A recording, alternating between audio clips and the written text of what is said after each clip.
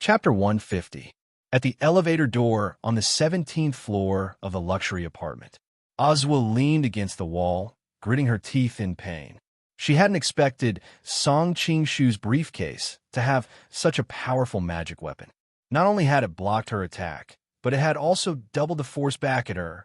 The backlash just now had directly broken two of her ribs and seemed to have a slight concussion. She felt dizzy. What kind of magic weapon is this? Song Qing-shu raised his eyebrows and pinched the glowing long johns as he looked at Oswald, shivering. It's long johns. Then, Song Qing-shu glanced at the logo and immediately realized that this pair of long johns was actually made by Nokia. No wonder it was so hard. Do you think you can escape? Oswald clutched her chest. A few years ago, there was a nascent soul cultivator at the same realm as you. He thought himself clever and tried to fake his death to seize a body again. But unfortunately, he was branded by the lord of the castle. As long as he was branded, the possession spell wouldn't be able to proceed smoothly. Once you enter Immortal Castle, everyone will be branded. You can't escape. Song Qing-shu frowned and lowered his head to look at the long johns in his hands. He had brought these long johns from that family's villa in the wilderness. At that time, his subordinate had been so scared by the owner's terrifying spiritual pressure that he had peed himself, so the kind owner had given him a pair of long johns for him to change into. After that, he had run into that great death-courting senior outside the villa, and, in the end, he had also peed himself. Thus, the long johns had ended up in his hands. At that moment, Song Qing-shu lowered his head in deep thought. He was surprised to find that the source of all his failures seemed to have started from that unremarkable little villa. Furthermore, that great death-courting senior had a close relationship with that family. Song Qing-shu was increasingly convinced that the owner of this villa was no ordinary person. If even a pair of long johns could be refined into a magic weapon and burst forth with such astonishing power, then wouldn't stealing a kitchen knife from inside be able to split the world? Miss Oswa, since you're already injured, I think it's better for you to hurry back and recuperate. We'll never meet again. Song Qing-shu gripped the long johns tightly, then grabbed the briefcase with 5 small holes in it and turned to head down the stairs. Even though Miss Oswa was injured, Song Qing-shu didn't think he could kill her. This was the lady of the castle's right-hand man, who knew what kind of magic treasure the other party would take out. But just as Song Qing-shu was about to open the door and wave goodbye, Miss Oswa suddenly clutched her chest and slowly stood up from the ground. You want to run? At the crucial moment, Oswa didn't hesitate to take out a multicolored stone the size of cobblestone. Spirit energy surged out of the stone and a force separated from it.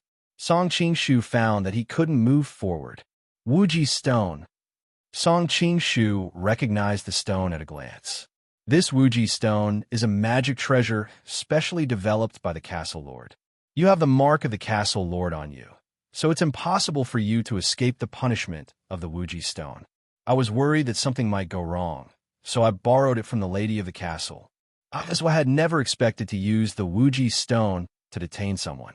In her opinion, dealing with this Song Qing-shu would be a piece of cake. This Wuji stone was like a super strong magnet that firmly latched on a Song Qing-shu.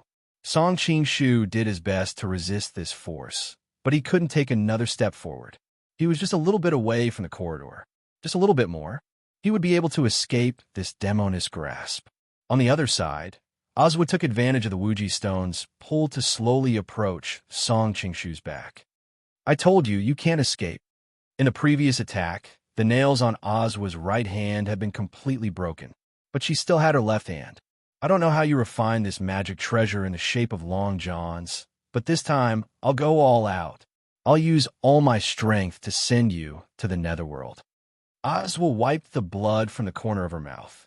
Without the slightest bit of mercy, she endured the pain of her broken ribs and stretched out her claws to grab Song Qing-shu. The nails on her left hand glowed with a faint golden light, and the strength of this grab was enough to pierce through Song Qing-shu's skin. Although Song Qing-shu really wanted to complain, this wasn't a F*** king magic treasure in the shape of long johns at all. This was a real pair of long johns. But seeing the woman's merciless attack, Song Qing-shu was also angry. Fuck, I'm not running anymore. He had thoroughly experienced the Wuji stone's power. As long as he had the Lord of the Castle's brand on him, he wouldn't be able to escape after taking out the Wuji stone. But this Wuji stone could only restrict his advance like a magnet, and couldn't truly lock him in place. Begging for mercy was useless, and running wasn't an option. Song Qing-shu could only grit his teeth and look at the woman in front of him. He roared like a man. I'll fight you to the death. This time, Ozwa's strength was clearly much fiercer than before, and the strong wind carried destructive power. It was an ordinary claw strike without any magical embellishments, and all the glass on this floor was instantly shattered by the strong wind. Song Qing-shu felt as if his face was no longer his own. There was a burning sensation of pain, and his skin was trembling like a ghost, and all he could do was raise his glowing long johns at this critical moment and shiver uncontrollably. Boom! There was a loud explosion on the 17th floor. Smoke and dust suddenly rose as Ozwa's claw struck the long johns with all her might. But this time, it only created a series of sparks. Instead, the strong toughness of the long johns caused the attack to rebound. Boom! Another loud sound rang out. The woman was sent flying by this force. Song Qing-shu looked at the human-shaped hole in the 17th floor's wall, his heart still pounding with fear. After the chaotic battle, the dust seemed to have settled, and the entire 17th floor had suffered great destruction as if it had been hit by the apocalypse. Luckily, there was only one resident on each floor of this luxury apartment. Otherwise, Song Qing-shu really couldn't imagine how many innocent people would be affected. Downstairs. What are you yelling for? How uncultured. Everyone has to go to work tomorrow. I've already called the property management. Just you wait. The resident upstairs was a golden core cultivator, and he yelled at the top of his lungs. Song Qing-shu snapped out his daze and realized that it was time to escape. He hurriedly grabbed his briefcase and the protective long johns and fled down the stairs. On the other side, Ozwa, the killer's subordinate whom the lady of the castle had sent, had suffered a huge backlash and was sent flying a full kilometer out of the building by a blast of air. In the end, she turned into a shooting star and crashed into the greenbelt near the highway. Ozwa had died. Her ribs were broken, her hands were crushed, her fingernails were all broken, and she was bleeding profusely. But she wasn't dead and was only in shock. That pair of long johns had been enchanted by Wang Ling, and it had survived 2 consecutive backlashes. Chapter 151. It was hard to imagine how ferocious a soul formation cultivator's strength must have been to directly go in a shock after suffering 2 backlashes. In the evening, Director Lee received another call from his leader. He would continue to deal with a patient who was on the Green Rescue Channel. On the way, Director Lee's assistant was reporting the situation to him. How's the patient's condition now? Initial diagnosis is that it's shock caused by a concussion. Director Lee was startled. How could it be another F***King concussion? Were cultivators' brains so fragile nowadays? What caused it? According to surveillance footage from Haixing Road, the cultivation police station found that the patient fell from the sky and hit the greenbelt. The cause is still under investigation, the assistant replied. But initial diagnosis is that the patient's injuries have nothing to do with the fall, and her concussion had already formed before the fall. The cultivation police station has sent Officer Wang, who is very experienced in criminal investigation. Based on his assessment, he believes that the real cause of the patient's injuries is related to the explosion in that high-end apartment building a kilometer away. Director Lee nodded. "MM, I understand. I'm on my way there now. Follow up on the situation, and once you understand the cause of the patient's injuries, be sure to let me know right away. The city police station has given me another order to save this person's life at all costs." The assistant. "Don't worry, Director. Officer Wang is very experienced, and he's doing his best to investigate the case. He's analyzing the cause of the case.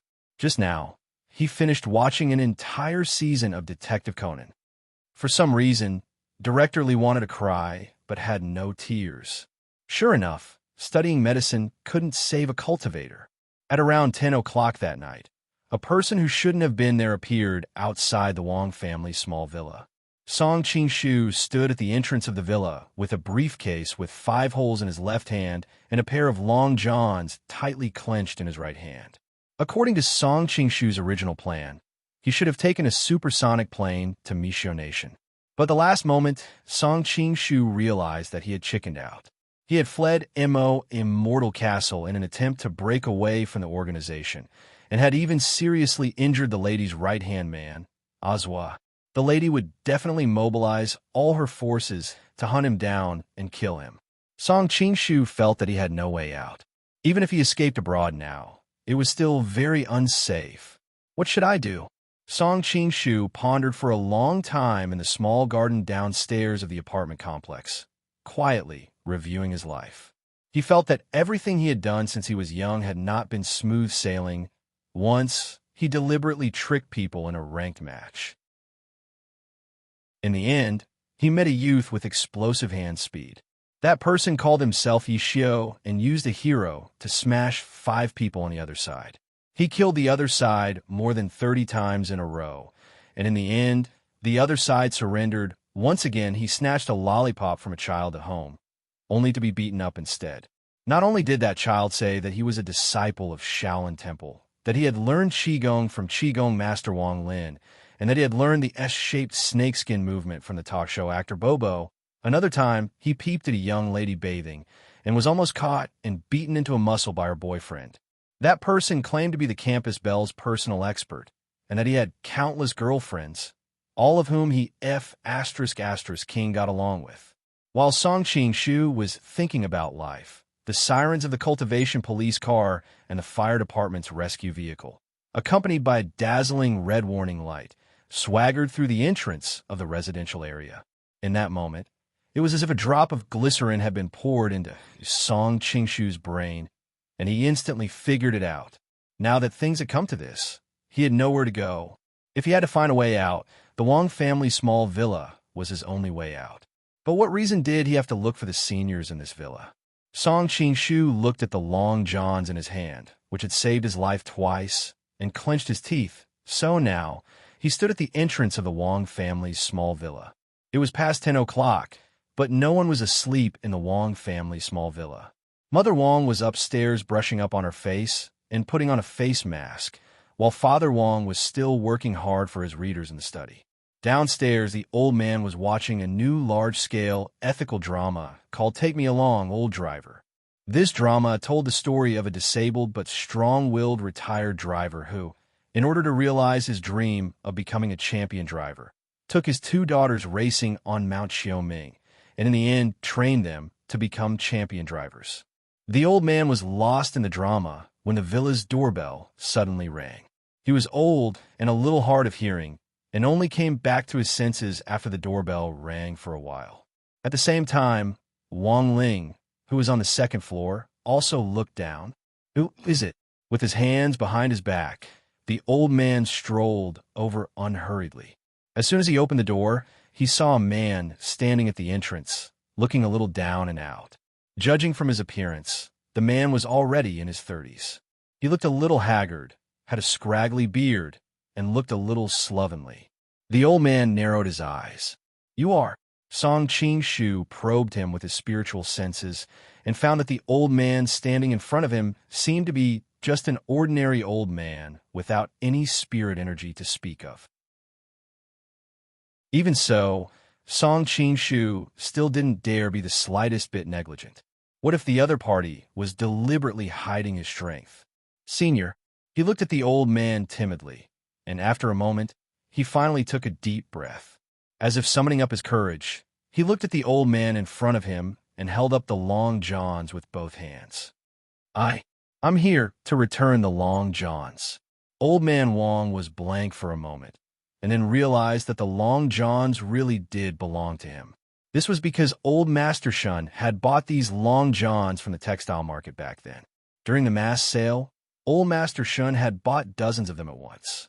He could tell at a glance that they were familiar to him. "They're my long johns." The old man nodded, then looked at Song Ching-shu and asked, "Do you have a problem?" Even though it had been almost an hour since Oz assassination attempt, Song Ching-shu's hands were still trembling. He was a little speechless and didn't know what to say. When all was said and done, the old man was an experienced veteran. When he was young, he had seen all kinds of people. He had also been a chef for decades and had seen all kinds of diners. Like a roundworm, the old man knew what those diners were thinking when they frowned. The old man could tell that Song Ching-shu's real purpose wasn't as simple as returning the long johns. He probably had something else to ask of him. Furthermore, it was already so late, so it was obviously a little unusual for him to come knocking at this time. Chapter 152. Song Ching-shu tiptoed through the door, feeling a little guilty. After all, in order to fight for the stone ghost mask a few times in the past, he had even sent his subordinates to forcefully snatch it from them. But now, Song Ching-shu had completely thought it through. The strength of this family was already not something he could go against. A pair of long johns had been able to send the lady of the castle's capable subordinate, Ozwa, flying with a backlash on the spot. How terrifyingly strong was this senior who could refine such a magic treasure? The old man poured Song Ching-shu a glass of water, put on a coffee table, and pushed it in front of him. "Do you have anything to say?" The old man had always been an easygoing person. His eyes would narrow in his slits when he smiled in particular, making him look very benevolent. However, Song Ching-shu didn't dare let down his guard in the Wong family's small villa. Although he hadn't sensed the slightest trace of spirit energy from the old man, there was a good saying, those with squinting eyes were monsters. Who knew whether this great senior was testing him or not? And this glass of water, could he drink it? Should he drink it? Or was this a test from the senior? Song Ching-shu stared at the glass of water, lost in endless thought. This scene was exactly the same as grenade-throwing senior Immortal's expression at the dinner table back then, wondering whether he should eat the broccoli that Grandfather Wong had picked out for him or not. Song Ching-shu realized that coming to the Wong family's small villa was a little bad. He kept feeling like someone was staring at him from behind. He didn't understand why this villa, which clearly looked ordinary and didn't even have a spirit array to decorate it, gave off such an oppressive feeling that came from the depths of one's soul. After 10 minutes of silence, Song Ching-shu felt like a child who had been caught copying homework by the class teacher in the morning and finally confessed everything in front of the old man. Because Song Ching-shu talked a lot, he almost told the whole story to the old master. The old man was getting on in years and couldn't react for a moment. After sorting out his thoughts with great effort, he replied unhurriedly, "Oh, you were the one who wanted to buy that mask in the first place? But that mask was taken away by Little Lei." Little Lei? Song Ching-shu felt like his 3 views had been overturned. Nowadays, how many people would dare call that great death-courting senior that? Suddenly, Song Ching-shu felt even more respect for Old Man Wong. Even if he carefully searched the old man's body, he still couldn't find any spiritual power. However, this old man was already a great senior in his heart. Moreover, Song Ching-shu had no doubt that this old man was a living fossil-level figure. Because you didn't buy the mask for your boss, now your boss wants to kill you. Is that what you mean? The old man sighed. He felt that young people nowadays were too noisy. It was just a mask. It was not a big deal. It was all about fighting and killing.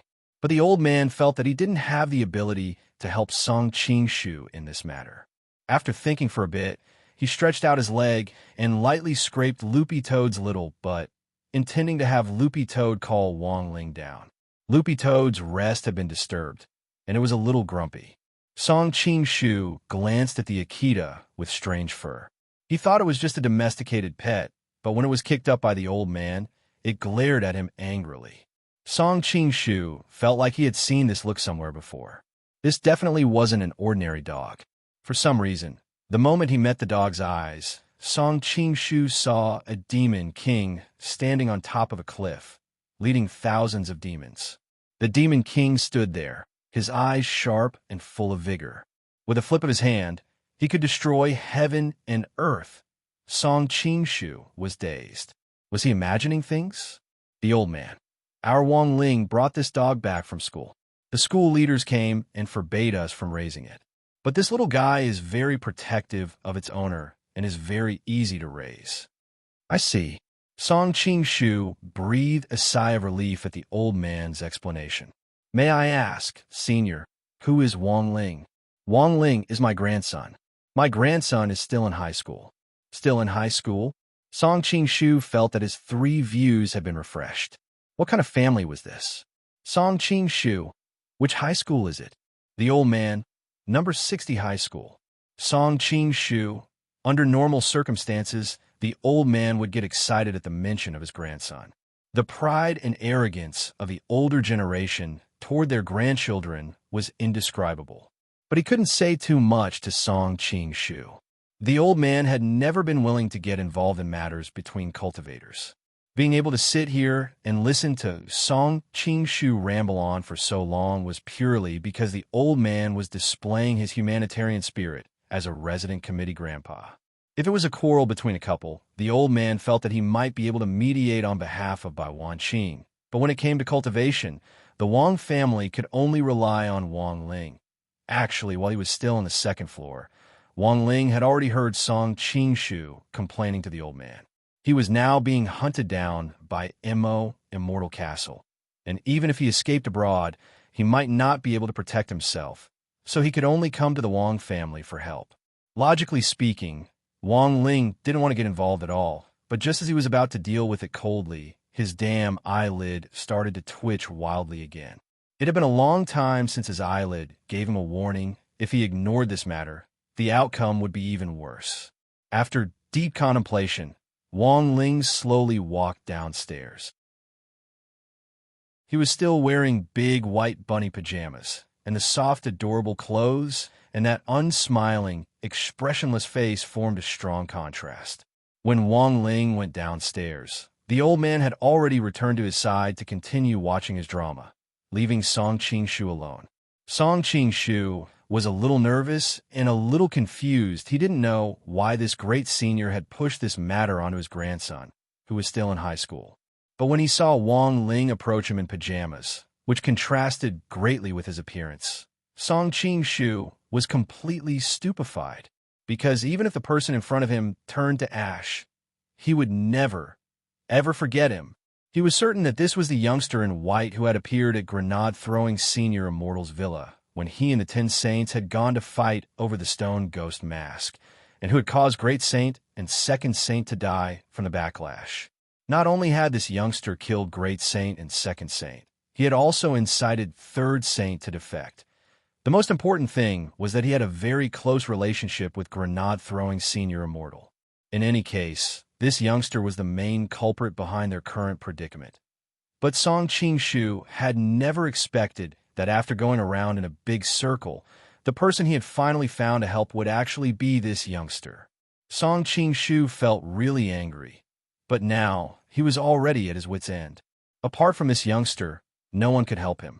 On the side, Loopy Toad glanced at Song Qingshu and silently lowered its head. It then walked over to Song Qingshu and stretched out its paw to pat his leg comfortingly.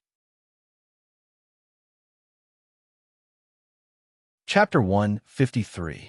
He called grenade-throwing Senior Immortal over from Wenxian Garden. Song Qingshu had come to ask for help. This matter needed to be considered at length. After receiving the message, grenade-throwing Senior Immortal immediately galloped over on sheep. It took him less than 5 minutes to get to the Wang family's house. After grenade-throwing Senior Immortal took sheep back, he entrusted one of his little brothers who was good at upgrading immortal tools to repair the car. When he had heard that Wang Ling was looking for him that night, he had seized the opportunity to return the tricycle. When he reached the entrance, grenade-throwing Senior Immortal saw that the main door of the Wang family's villa was slightly ajar. Wang Ling had opened it through the air. Then, Song Qingshu saw Great Death courting Senior and a pink-haired lowly wearing blue lace suspenders and shorts enter the door. The little lowly looked like she was only 6 years old. Her hair was tied up in a bun, and she was wearing a gray windbreaker. Her big eyes blinked as she looked around. Song Qingshu's heart couldn't help jumping when he saw grenade-throwing senior immortal holding little Loli's hand. He had never heard that this great death-courting senior had a daughter. Where had this little Loli come from? After entering, the first thing grenade-throwing senior immortal saw was Grandfather Wong watching a drama, which was a recently popular Take Me Old Driver. He did not dare to disturb the old man watching the drama. But at this moment, he had already decided that when he returned home today, he would carefully watch the drama from beginning to end. Who knows, he might be able to comprehend the mysteries of heaven. Yes, great seniors, every action has a purpose. Leading sheep in front of Wong Ling, grenade-throwing senior immortal was stunned when he saw Wong Ling's pajamas. Damn, Brother Ling, aren't you a little cute today? Then, he cupped his fists in salute to Wong Ling, who was wearing big white bunny pajamas. Brother Ling, I've brought you sheep. Wong Ling stared at the little girl and raised his eyebrows. Grenade-throwing senior immortal rubbed Lolita's little head. Brother Ling, are you relieved now? Wong Ling cupped his chin in his hand and nodded. This already wasn't sheep's first time materializing. It was just that the last few times it had materialized, because of the rust and peeling paint on the tricycle, the clothes and accessories it had materialized had been too horrible to look at. Now that he had taken care of it again, it was indeed much better. She pointed at grenade-throwing senior immortal with a face full of excitement. This uncle found someone to help me paint, wax, and lubricate it. It's very comfortable. Grenade-throwing senior immortal. Somehow, Wong Ling felt that there was something strange about this. After listening to Song Qingshu's explanation of what had happened, grenade-throwing senior immortal looked at him and laughed. It turns out you were the one who sent that bunch of people who fought us for the stone ghost mask back then. Now that he's been abandoned and is being hunted, he's come to us for help. If you knew this would happen, why did you do it in the first place? Song Qingshu sighed and revealed an expression of great bitterness and hatred. Now that things have come to this, I have no way out. I can only seek help from the two seniors. If the two seniors can help me, I can help the two seniors get what they want. Tell me about it first. Grenade-throwing senior immortal leaned back on the sofa and hugged Sheep from behind. Sheep twisted her body with a look of disgust, struggling to free herself. I know that the seniors have been looking for information on the maker of the stone ghost mask, Song Qingshu said as he looked at Wong Ling and grenade-throwing senior immortal. Hearing this, Wong Ling and grenade-throwing senior immortal's eyes lit up. You have a lead? Song Qingshu nodded solemnly. Yes.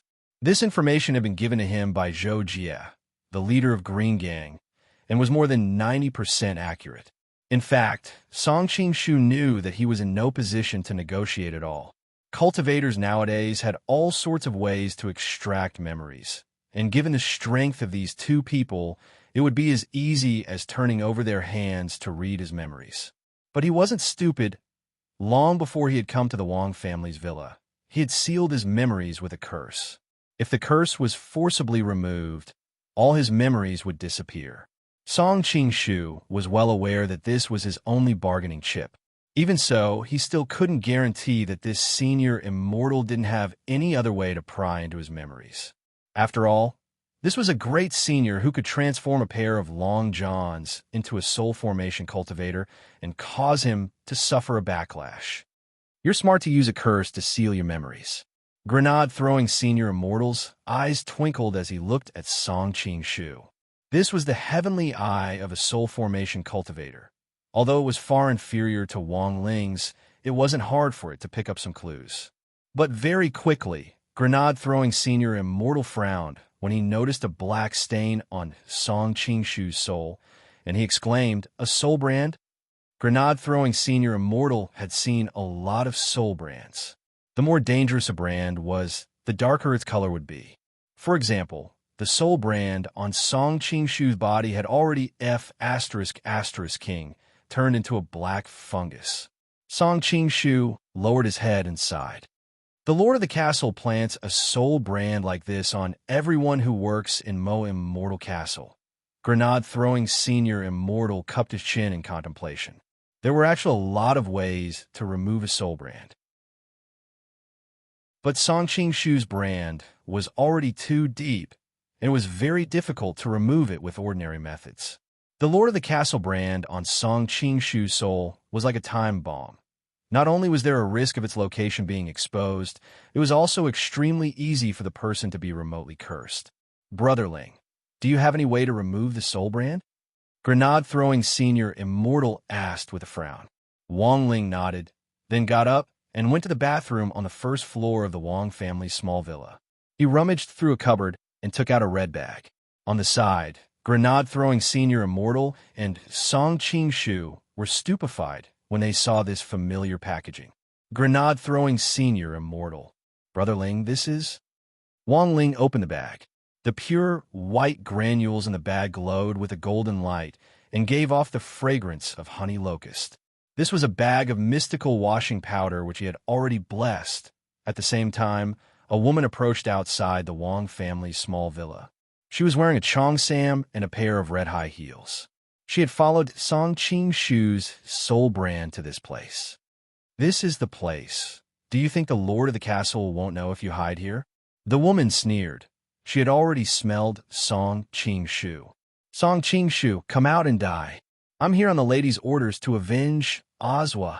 The woman didn't move, but her furious voice pierced straight into the heart and was deafening. But unfortunately, there was no reply to this voice. Damn it. Song Qingshu, if you're willing to be a turtle and don't dare come out, this old lady will charge in.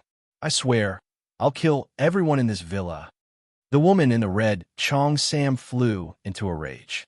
Just as the woman was about to storm the villa and carry out her next move, the front door of the Wang family's small villa opened. Chapter 154.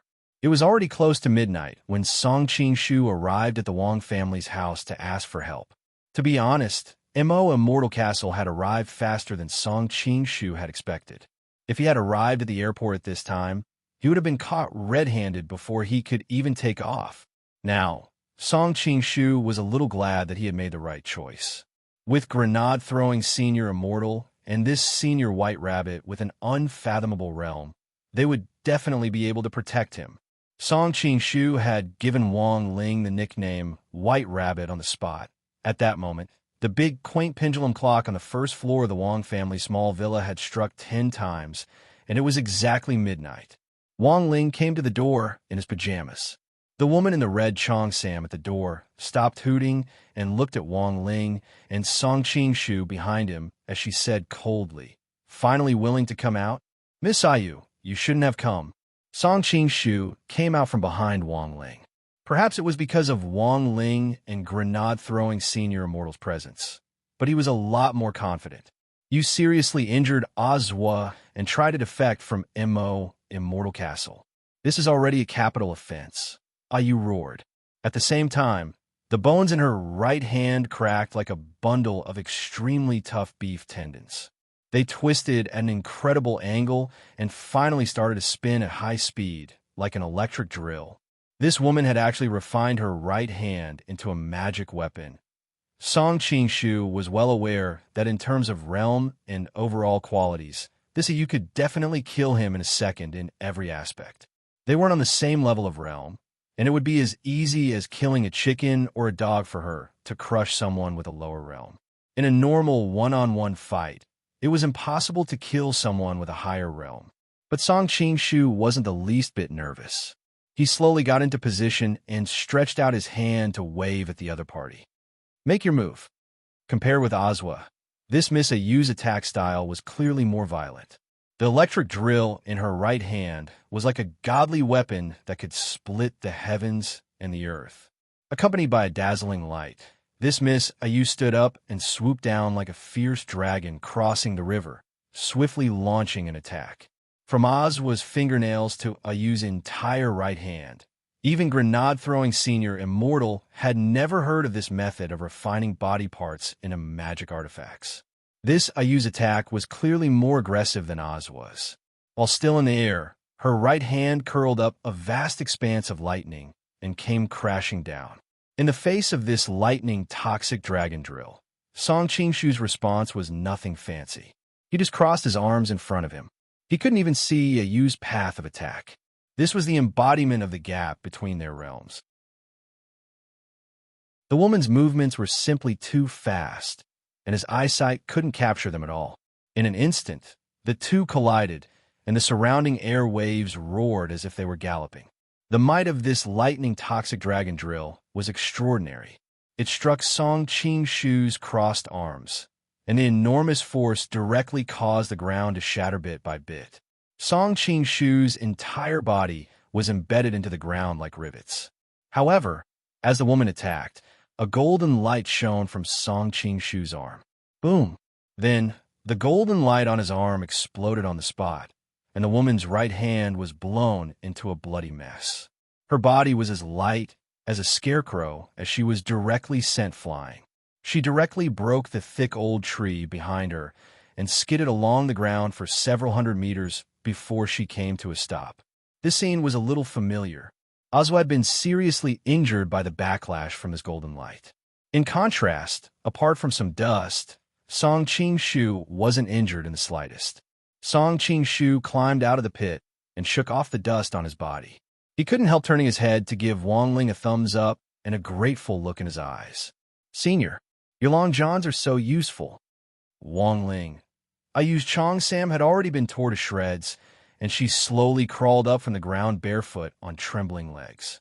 Her entire right arm was rotten, and the flesh and bone were almost in a state of disintegration, dripping with blood. It was only because of the woman's realm that she had the upper hand. Otherwise, under the same circumstances, an average cultivator wouldn't have been able to endure this kind of pain and would have passed out long ago. Song Qing-Shu walked briskly to the woman. They were hundreds of meters apart, but it took him less than a few milliseconds to reach her. Enduring the pain, Ayu glanced at Song Qing-Shu.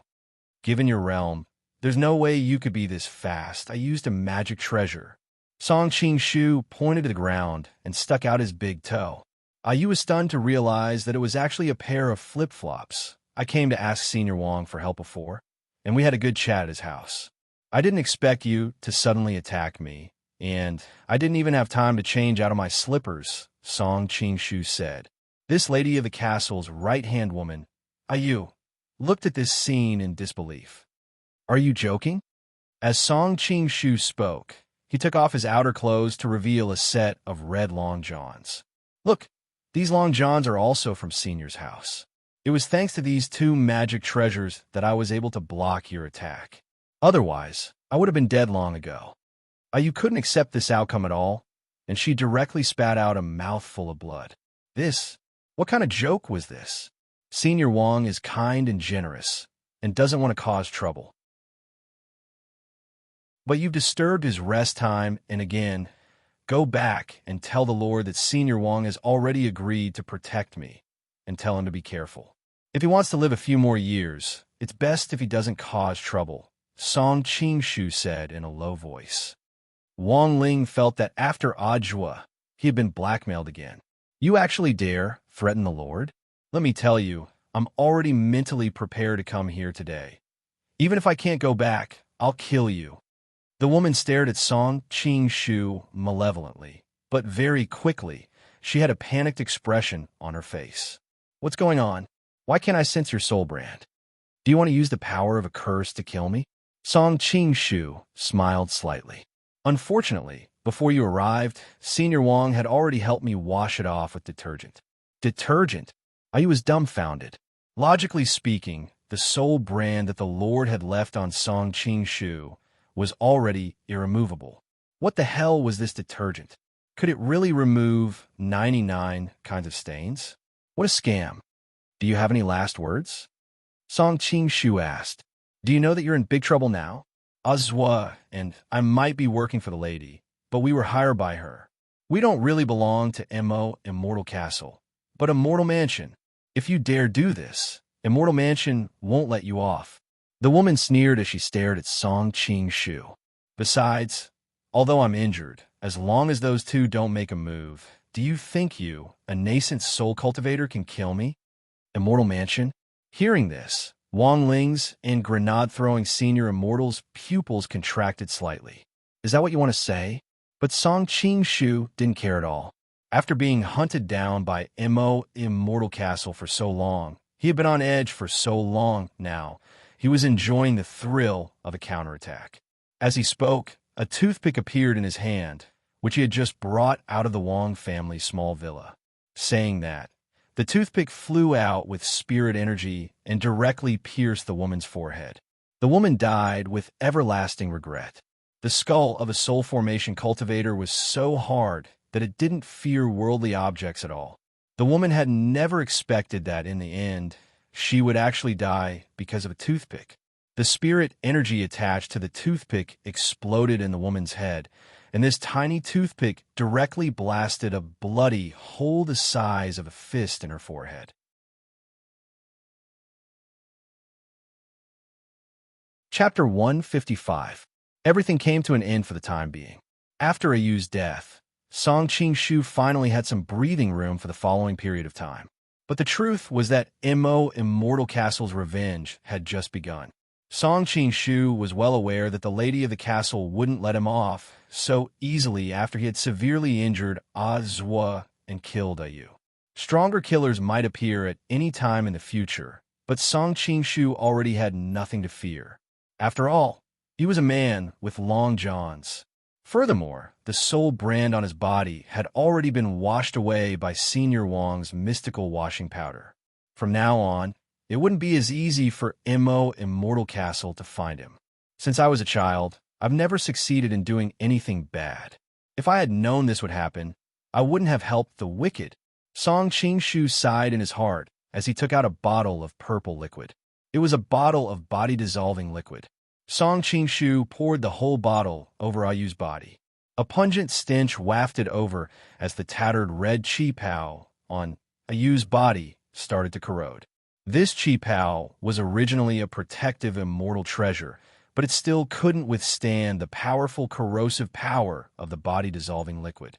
However, the power of this bottle of body-dissolving liquid was also limited.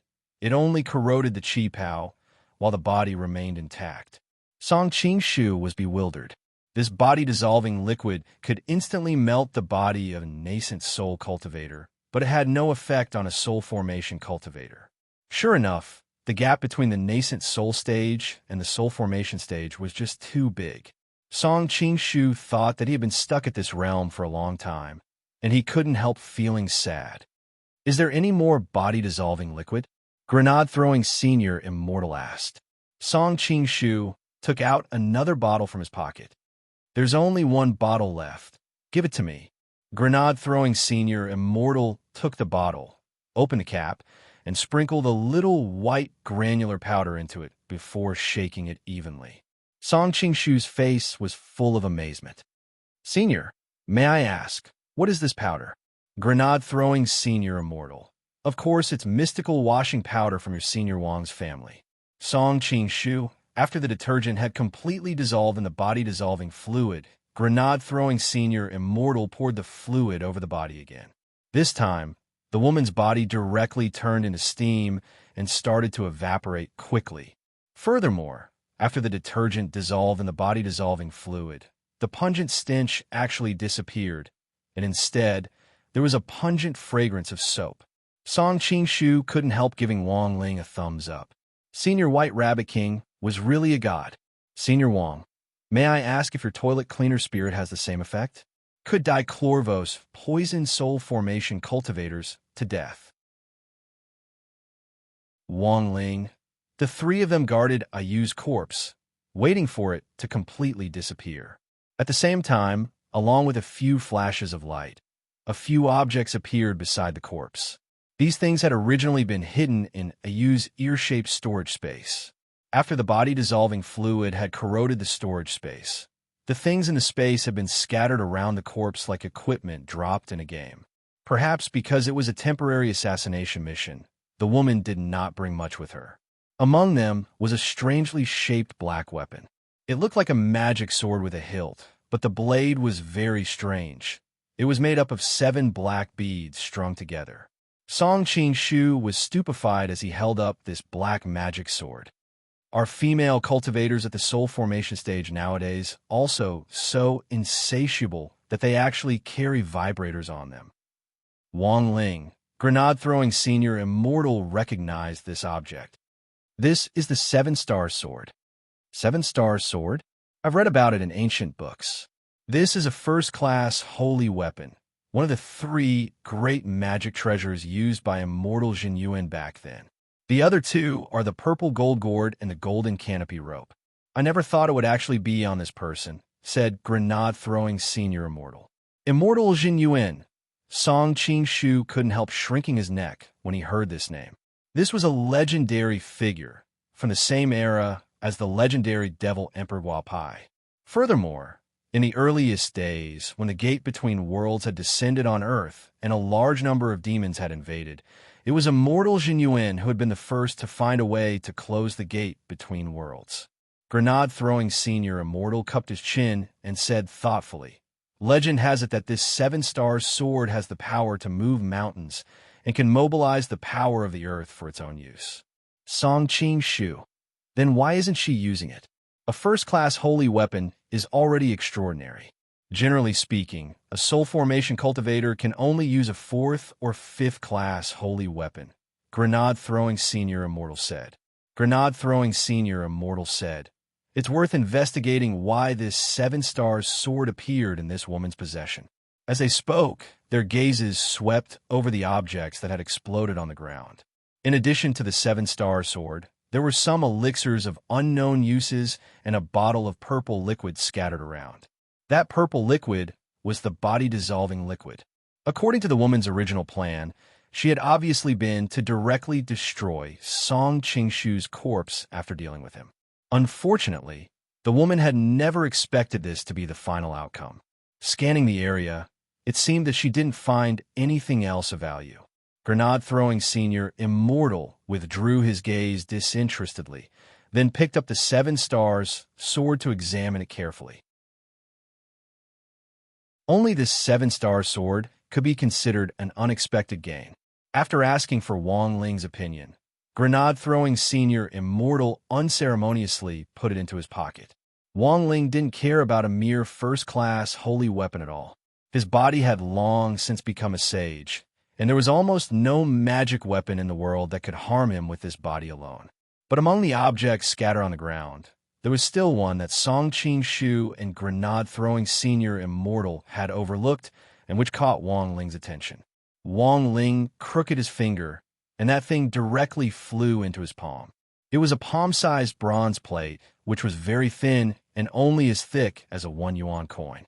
A lotus flower was carved on it, and Wang Ling thought that this probably represented some sort of identity or organization that the woman truly belonged to. He recalled the woman's clamor that she was from Immortal Mansion. Was this an Immortal Mansion token? Wang Ling didn't dare be 100% sure. Unfortunately, the woman was already dead. Song Qing-shu had been a little ruthless in directly blowing up her brain. Otherwise, Wang Ling would have been able to use the memory exploration spell to look for clues. Song Qing-shu stared blankly at the bronze plate in Wang Ling's hand, then looked at the two of them and asked, "Seniors, do you know what kind of organization Immortal Mansion is?" Wang Ling frowned. His intuition told him that this organization wasn't simple. Furthermore, his sixth sense had always been very accurate. "I think I've heard of this organization somewhere before, but I think that the seven-star sword in this woman's hand is most likely inextricably linked to this organization." Grenade-throwing senior immortal narrowed his eyes. "I'll get to the bottom of this. But before that, I want to ask Brother Ling." "Wang Ling, question mark. Do you still have any long johns? Hurry up and give this brother 2 sets.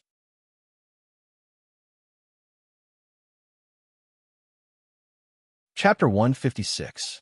It was June 2nd on Wednesday in the 6th week of the semester. After last night's commotion, Wang Ling had thought about a lot of things. Song Qing-shu had used the premise of providing clues about the maker of the stone ghost mask to forcefully suck up to Wang Ling. Wang Ling didn't dislike this kind of behavior, since he always felt that it would be very troublesome. In fact, he had also refused at the beginning, but his eyelid kept warning him that if he didn't do anything about it, it would lead to even more trouble. So in the end, he had no other choice. Whether he accepted it or not, both sides were troublesome.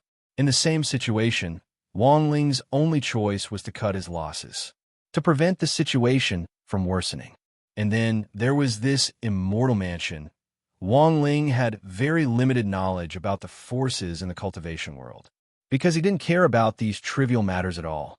He had heard a lot about the distribution of forces from grenade-throwing Senior Immortal. Currently, the forces in the cultivation world could be roughly divided into two factions, light and dark. The light forces all had business licenses. In addition to accepting disciples and collecting tuition fees, these forces also had independent spirit cultivation bases to support their self-sufficiency and profit. Of course, the light forces were under the unified supervision and jurisdiction of Huaxio's government, and the sects were open and transparent about their power situations. The disciples they accepted were all itinerant cultivators with at least 100 years of cultivation after completing state-mandated quality education. They wouldn't come into conflict with the basic government education department.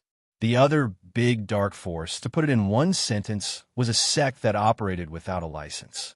Huaxio Nation's attitude toward this type of force had always been to punish them severely. As the owner of the Cultivation Forum and the Cultivation Chat Group, Grenade-throwing Senior Immortal had connections with all the light forces. He was well aware of the distribution of forces. If there was a force he hadn't heard of, it had to be one of the dark forces. Azwa and Ayu had been hired by the Lady of the Castle as mercenaries. So for Immortal Mansion, these two people might not be key existences in the interlocking chain of forces. However, these two people had both reached the soul formation stage. Furthermore, they could refine a part of their bodies into magic treasures. It could only be said that as a dark force operating without a license, the power behind Immortal Mansion was indeed intriguing. After dealing with the woman's scattered belongings, Song Qingshu followed Grenade-throwing Senior Immortal to Wenxian Garden.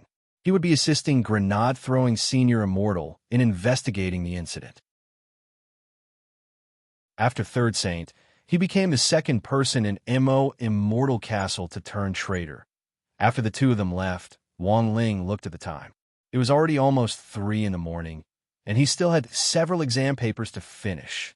The most painful thing was that all the exercise questions on this paper were beyond the syllabus. He had to spend 5 or 6 minutes previewing in advance before he could get these two gremlins, pen and eraser, to help him with his homework. As a 16-year-old baby, Wang Ling's heart was really tired. When Wang Ling returned to class early in the morning, for the first time, no one had copied homework this morning. Even Super Chun and Dopey Gua, these two nerdy shut-ins who played games together at night, had handed in their homework on time. Given his understanding of the two of them over this period of time, there had to be something wrong with them suddenly becoming so ambitious. He read their memories, and sure enough, learned a few things. Lotus Sun hadn't come to school today. The reason was that in the middle of the month, the grade 1 students of number 60 high school would collectively participate in military training. When number 59 high school heard that there would be military training, the two headmasters had decided to simply schedule the military training together and, in passing, promote the friendship between the two schools. Thus, Lotus Sun had been temporarily assigned to number 59 high school and integrated into the lives of the two schools ahead of time. In exchange, number 59 high school would also send a student to number 60 high school as an exchange student to experience the cultural differences between the two schools. This was the result of the headmasters of the two schools acting on their own. They hadn't informed anyone in advance and had only given notice at the teachers' morning meeting yesterday, so most of the students were kept in the dark. But as the class representative, Dopey Gua often went in and out of the teachers' offices, so he was the first to understand the situation. This was also the reason why the two of them hadn't copied homework in the morning, because they had heard that the exchange student from number 59 high school was also the school belle. If the school belle saw them copying homework, that would be too humiliating. I wonder who number 59 high school will send. Super Chin cupped his chin in his hands as he stared at the classroom door, waiting for the figure of his imagination to appear. Number 59 high school also had a lot of school bells. Although they weren't as magnetic and lethal as Lotus Sun's, their looks were passable. After spending so much time with Lotus Sun, the boys in Grade 1, Class 3 were actually vaguely tired of looking at her. The most important thing was that Lotus Sun was really too far away from them. She was a girl who was impossible to pursue. In contrast, the commoner school belle from No. 59 High School might be more to the boys' taste. It wasn't long before Teacher Pan's footsteps could be heard in the corridor. She's here, she's here.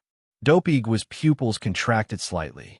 From a distance, he could sense two auras hovering around Teacher Pan. Were there two exchange students? Teacher Pan paused at the classroom door and turned around to say to the two students who had been sent for the exchange, "Students, don't be nervous. Our students in Grade 1, Class 3 are very enthusiastic. I hope that you'll gain something from number 60 High School before the military training." After saying that, Teacher Pan walked straight through the door. Following that, two students from number 59 High School followed Teacher Pan's footsteps in a Grade 1, Class 3. Super Chun and Dopey almost flipped the table when they saw this. They were actually two boys. F***K. We used number 60 High School's top school bell in exchange. How do we get these two things in return? Speaking of which, these two boys could actually be considered old acquaintances of number 60 High School and even had a history with Wang Ling. Standing on the dais, Teacher Pan cheerfully introduced the two students from number 59 High School. "Students, let me introduce you. The one on the left is He Bufing's classmate. The one on the right is classmate Tang Jingze. Everyone, give him a round of applause." Clap, clap, clap, clap. After a symbolic round of applause, Dopey couldn't help asking, "Teacher Pan, these two students don't seem to be Grade 1 students. Is this really okay?" "It's like this. Classmate He Bufing didn't participate in the school's military training for personal reasons. So this time, he'll be participating in the military training with a Grade 1 freshman. As for classmate Tang Jingze," Teacher Pan pushed up her glasses. "Number 59 High School thinks that we should send classmate Lotus Sunday Headmaster Jean. Doesn't think it's good to just send classmate He Bufeng as an exchange student, so he also sent classmate Tang Jingze."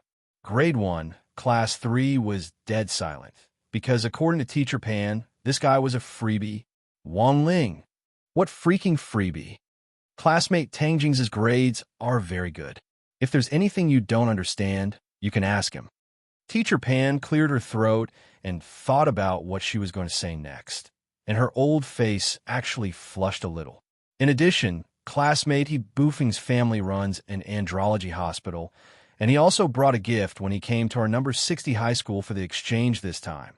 For the next 6 months, all boys can enjoy a 50% discount on circumcision services at the hospital run by classmate He Bufing's family with their student IDs. What about the girls? Feather Lin raised her hand and asked. Teacher Pan, hair removal.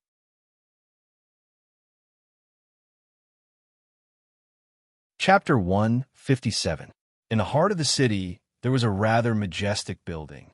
The office of the lady, the secretary of the Lord of Immortal Castle, was on the top floor, and through the huge floor-to-ceiling windows, one could completely overlook the city.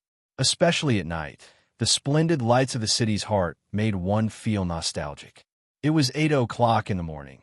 A woman wearing a hairpin and black traditional clothes stood in front of the floor-to-ceiling windows, her eyes a little vacant and her brows tightly furrowed. As soon as she arrived at the office, the lady received bad news.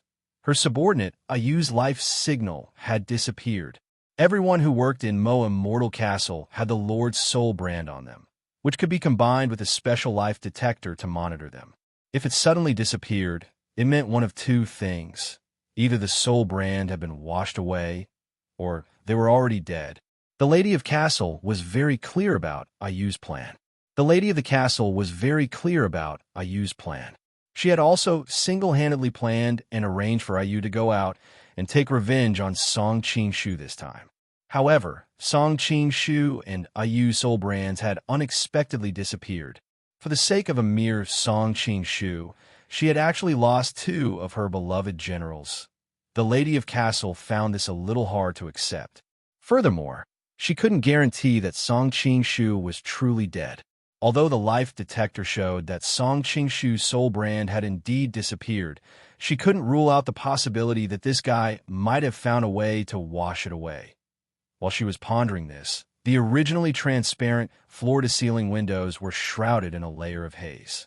Looking at the black shadow reflected in the floor-to-ceiling windows, the lady's eyes twitched, and she bowed a little fearfully. "Greetings, Lord." The black shadow's voice seemed to come from an ethereal void as it echoed heavily. My venerable self saw that Song Qingshu's soul brand had disappeared. "Is he already dead?"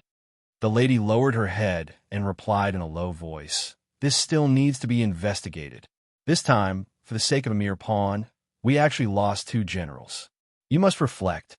"Yes, Lord." The lady cupped her fists at the black shadow. "This subordinate will definitely find out the truth as soon as possible, and will immediately lead people to investigate. If Song Qingshu is really dead, we will definitely be able to find traces of body-dissolving fluid at the coordinates where the life detector disappeared. Actually, my venerable self has always suspected that this person has someone behind him. The deaths of the great sage and second sage, as well as the betrayal of the third sage, are a warning to us. You must be extremely careful this time. At this point, our immortal castle can no longer tolerate any mistakes. Don't worry, Lord. Even if Song Qingshu has someone backing him, given our immortal castle's current foundation, no one can shake us. Given Lord's strength, as long as you can find that stone ghost mask, it will only be a matter of time before you dominate the world." The castle lord nodded. "Yes, we must investigate the matter regarding the stone ghost mask as soon as possible." At this moment, the shadow of the castle lord on the floor-to-ceiling window suddenly flickered. Then, a cry of "ah" came from the void. Then, without saying a word, the shadow on the floor-to-ceiling window dissipated into nothingness. The lady was stupefied. Could it be that the castle lord was attacked? "Castle lord? Castle lord?" The bodyguard tried calling out twice. About 10 seconds later, the black shadow reappeared on the floor-to-ceiling window, and the voice of the lord of the castle came from the void again. "I'm fine. There was an accident just now. My long-range projector ran out of power. That new guy forgot to charge it for me last night, and he even spilled his coffee on my pants. Luckily, my pants are waterproof." The lady, given the relationship between number 59 High School's headmaster Jean and number 60 High School's headmaster Chun, number 59 High School and number 60 High School were actually quite close. It was just that in recent years, the students had been competing with each other more seriously. But after the last Spirit Sword Exchange meet, the relationship between the 2 schools had improved a lot. Meeting He Bufeng and Tang Jingza for the second time gave Wang Ling a very mystical feeling. Back then, at number 59 High School, one of them was a delinquent senior whose name made people tremble with fear, and the other was the president of the student union who liked to find fault with others and compare himself with others. But both of them had ended up the same way. After the 4-day Spirit Sword Exchange meet, both of them had lost their temper. Thus, they had embarked on the path of studying hard and making progress every day, adhering to the core values of cultivation. The first 2 classes this morning were still Teacher Pan's Tao Talisman's class. The teaching progress of the 2 schools was actually about the same. He Bufeng had no pressure at all to learn, and there was no need to mention Tang Jingza, who was an old senior who was about to graduate. He knew the high school curriculum like the back of his hand. After studying for the past few weeks, I believe that everyone already has a corresponding understanding of the 4 major spirit talismans. Among the functional spirit talismans, the spirit guiding talisman, this is the focus of our midterm exam. Today, I'm going to talk to you about the application of expanded functions of spirit talismans. At this point, everyone basically understood that Teacher Pan was going to start her daily lessons that went beyond the syllabus again. The spirit talisman I'm going to talk to you about today is the meditation talisman. Hearing this, Wang Ling couldn't help raising his eyebrows. This was a spirit talisman with an extremely high degree of difficulty. Through meditation, one could project it into the void and see some revelations about the future. But because it was very difficult, the success rate was extremely low. After mixing cinnabar with spirit water, Teacher Pan unfolded the yellow talisman and began a preliminary demonstration. She focused her spirit energy on the writing brush and frowned as she carefully wrote on the yellow talisman to ensure that there were no mistakes in the seal. The slightest mistake could directly cause the creation of the meditation talisman to fail. After about 3 minutes, Teacher Pan put away the brush and injected spirit energy into the yellow talisman. Everyone looked carefully.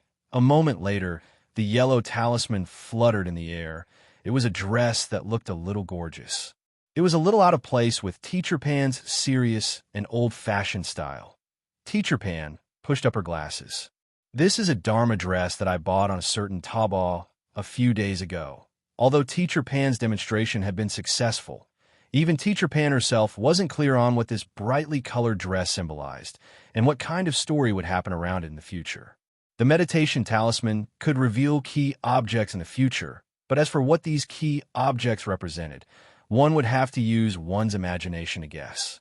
Teacher Pan then gave everyone a set of talisman-making tools. "Now, students, try out the steps just now." The classroom exploded once again. The seal on the meditation talisman was intricate and complicated, and it was a huge test of wrist strength to write it. The slightest difference in thickness could lead to failure. Even Tang Jingze, an old senior from number 59 high school, had to use up several yellow talismans, and he couldn't help frowning. This was too difficult. But just as he was trying it out by accident, the yellow talisman on Dopey Gua's desk suddenly buzzed and burst forth with light. Master of Dopey stared at the floating yellow talisman in disbelief. Did it work? Everyone's gazes followed the direction of the sky, and a moment later, a shadow was projected. "What's that?" Feather Lin looked curiously at the thing that had been projected from the sky. It looked very much like a fungus, with mushroom heads on both sides. On the top was something shaped like a mouth, and below it was a small hole which looked very smooth. When the boys around them saw this thing, they were directly stupefied. Master of Dopey coughed. "Do you know the Tai Sui fungus? This thing is our family's ancestral meat, Lingji mushroom."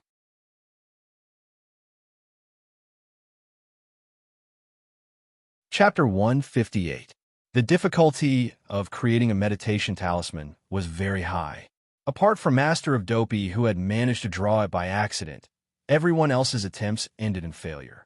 Of course, Wang Ling was just pretending. He had deliberately made a mistake at the last step of writing the seal. Most people had failed, so it was even more impossible for him to stand out at a time like this, since it would really draw too much attention. In fact, the seal Wang Ling had drawn on the yellow paper was much more accurate than Teacher Pan's. But for Wang Ling, it was just for fun. The meditation talisman wasn't very useful for him. It could also serve as an early warning of disaster, but his eyelids were more intuitive. Overall, apart from Master of Dopey's wretched interlude, this Tao talisman's lesson could be considered quite harmonious. Dopey Gua had managed to complete the meditation talisman by accident. Even he himself didn't know why such a large meat Lingji mushroom had appeared in the air. The scene turned awkward for a moment. Dopey Gua could only smile apologetically in an attempt to relieve the pressure in the atmosphere. But Teacher Pan was in the end Teacher Pan. As number 60 high school's top teacher and a teaching pioneer that the students were proud of, she had recognized the meat Lingji mushroom at one glance. Teacher Pan frowned as she suddenly recalled that student Dopey Gua was often absent-minded in class. His eyes glazed over and his thoughts distracted. Sometimes, when she patrolled the back window of the classroom, she would even see this student Dopey sleeping on the table. This was clearly the syndrome of using too much meat Lingji mushroom. Now, even the meditation talisman had reflected this thing, which was enough to prove the lethality of this meat Lingji mushroom for youngsters. How could the flowers of the motherland indulge in such a strange place? Thus, there was no point in smiling apologetically or chatting awkwardly. Teacher Pan directly called Dopey Gua's parents over to discuss the meat Lingji mushroom. This was really quite embarrassing. After class, Dopey Gua, who had returned from Teacher Pan's office, slumped over the table with a lifeless expression on his face. At the same time, he wailed in his heart, "My illustrious reputation. It was actually ruined just like that." Super Chun couldn't help patting Dopeygua's shoulder. "Brother Gua, we're all men, we all know this. Actually, it doesn't matter. Our class is very united. We definitely won't tell the other classes about this. At least it's a good ending." Little Peanut also comforted him. Master of Dopey's tears welled up in the corners of his eyes, and he simply wanted to cry. "What's so good about that? My parents were called." "Little Peanut, when I was delivering homework to the teacher just now, I heard the teachers in the office talking about your dad." "Master of Dopey, my dad." "Little Peanut, they're discussing whether your dad is a botanist." Master of Dopey, in the blink of an eye, it was noon. The atmosphere in the class seemed to be slightly heavy, causing he Buffing and Tang Jingza to feel very embarrassed. They didn't understand what exactly was going on. After asking around carefully, she found out that Mother Wan was coming to deliver food today. Every time they thought of Mother Wan's love bento, filled with a strong dark wind, everyone couldn't help trembling. Doesn't Mother Wan usually only make bento on Fridays? How come today? Super Chin asked. Mother Wan heard that there will be 2 students from number 59 high school today, so she decided to make bento in advance. They'll be delivered to class later. Little Peanut replied weakly. He Buffung and Tang Jingza were touched when they heard this. They had long heard about number 60 High's hospitality, and sure enough, this kitchen lady was too considerate. Not only did she specially make bento, she would also specially deliver it to the classroom. In contrast, their number 59 high school's attitude toward number 60 high school back then was simply too much. He Buffung and Tang Jingza felt deeply ashamed in their hearts. Wang Ling, these 2 people clearly still didn't realize the seriousness of the problem. At number 60 high school, even Wang Ling couldn't deny that Mother Wan was an extraordinary woman in the world of cooking. He always felt that her identity wasn't simple, and that she had students all over the world. Wang Ling had already seen the shadow of Mother Wan's cuisine in too many places, the most famous of which was the heavenly silkworm potato strips. This was also the impression that most people had of Mother Wan's current signature dish, since she had waved goodbye to the era of big pot dishes and turned to researching new cuisines. This heavenly silkworm potato strips was probably her dish with the highest score to date. Wang Ling had also seen a campus celebrity interview with Mother Wan in the school magazine last time. At the end of the interview, Mother Wan had generously shared her experience in making the heavenly silkworm potato strips. That was, don't ever lose the potatoes while stir-frying them. If the potatoes went into another wok while stir-frying them, they would change flavor. It was close to 12 o'clock when there was the sound of a cart being pushed at the originally quiet entrance to Grade 1, Class 3. The wheels of the cart rolled over the ground with a rumbling sound. It was Mother Wan pushing the cart over. Mother Wan pushed open the classroom door. She was still wearing a pale yellow apron and a snow-white chef's uniform, and her slightly plump figure was unadorned. When she smiled, there were faint crow's feet at the corners of her eyes. Everyone must have been waiting. It's time to eat. After saying this, light flowed out of her hands, and the delicately wrapped lunchboxes on the cart were immediately distributed into the hands of every student. Mother Wan put her hands on her hips in a domineering manner. In order to welcome 2 students from number 59 high school today, our love lunchboxes were specially made. Even the menu has been changed. Mother Wan knew that the relationship between the students of number 60 high school and number 59 high school was actually very tense, so it could be said that she had racked her brains for the love lunchboxes today. In the end, she finally had an idea. Except for Tang Jingza and he Buffung, everyone else in Grade 1, Class 3 sucked in a breath of cold air. Damn. Even the fixed dish in the love lunchboxes, the heavenly silkworm potato strips, had been changed. This time it was really GG. Everyone sucked in a breath of cold air and then opened the lunchboxes. The first thing they saw was stir-fried green peppers with mushrooms, which were still giving off steam. However, the mushrooms were a little strange and looked a little like horses. After taking a bite, Super Chin already couldn't stand the earthy taste in his mouth, and he couldn't help picking it up and asking, "Mother Wan, what is this?" Mother Wan quickly replied, "This is a kind of fungus. It's very nutritious. Its scientific name is horse antler. Do you see the two halves of the skin on the side?" Superchin nodded. Mother Wan explained slowly, "This skin is called a pine stinger, and it's a jellyfish that lives on sea pine.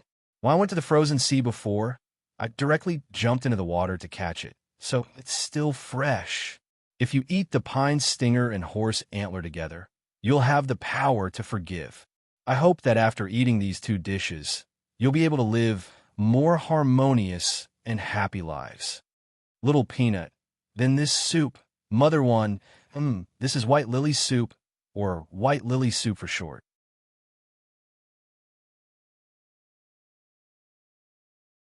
Chapter 159. It was June 2nd on Thursday in the 6th week of the semester. That morning, Loopy Toad took out its little notebook from under the bed in Wong Ling's room. It continued to write down its human observation plan. It had already been several months since it had completely accepted the reality of its dog body. Loopy Toad now had a pretty good grasp of human language. Even when it used its dog paws to write, its handwriting was very neat. Loopy Toad felt that as long as it died again, given its current handwriting, it would definitely win its reputation in life and in death. As a cultured dog, Loopy Toad felt that its current level of literacy was already close to that of a human university student. It could be called a top student among dogs. Since learning to write an observation diary, Loopy Toad had also recorded a lot of things, big and small. In addition to observations on humans themselves, this diary also contained observations on certain events. From the vicious incident of Mother Wong being groped, Loopy Toad had discovered the formidable power of the human internet. The rapidly developing internet era enabled humans to quickly take sides online and then use the Water Army Commander-in-Chief to summon 100,000 water armies to attack or defend a certain opinion. Thus, Loopy Toad felt that there was a reason why the demon race had failed to break into the human world through the gate between worlds all those years ago. Human information technology was really too advanced. It was like this online, and it was also like this in reality. Especially when it came to resisting the invasion of the gate between worlds, there wasn't a single phone call that couldn't be handled. Send a shared coordinate, and a capable cultivator nearby would immediately hear the news and rush over. In contrast, the demon race was still using the most primitive method of sensing to gather their strength, and had already lost at the starting line. All in all, the demon race still had a lot to learn. Loopy Toad now also knew how to operate a phone and an intelligent wristwatch, which was really too convenient. In contrast, the demon world was actually still using spirit talismans to send messages, which was really too lowly. After writing in the diary, Loopy Toad closed the notebook and put it back under the bed. It then opened the window on the second floor and jumped down to the villa. Today's weather forecast for Songhai City had changed again. It wasn't as hot and stuffy as the TV had said.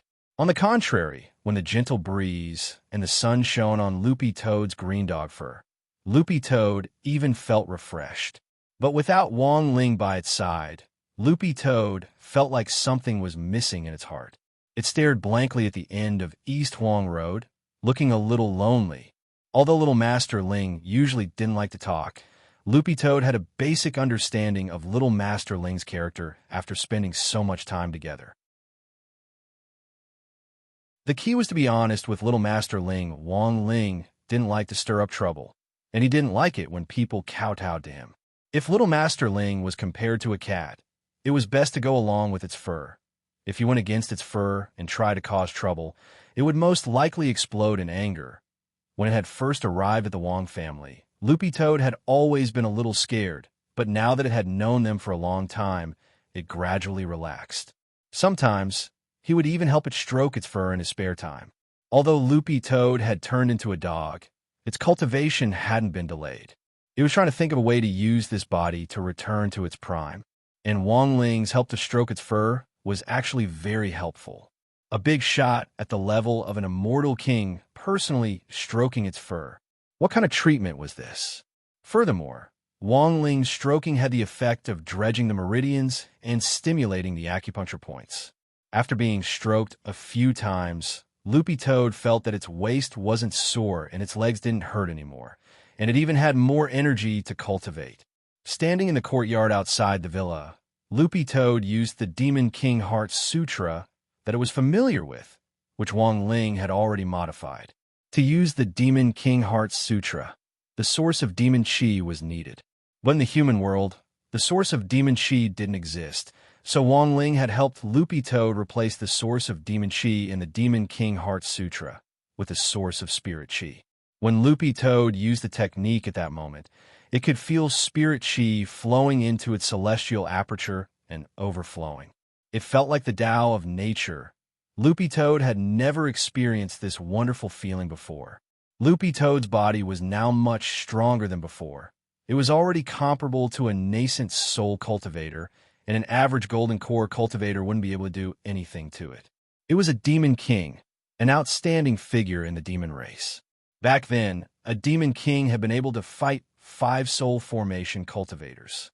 Standing under the sun, Loopy Toad opened its pitch-black eyes, which glowed with an azure blue light. It could feel its demon king's soul gradually being restored. At the same time, its keen sense of smell picked up on the scent of a stranger.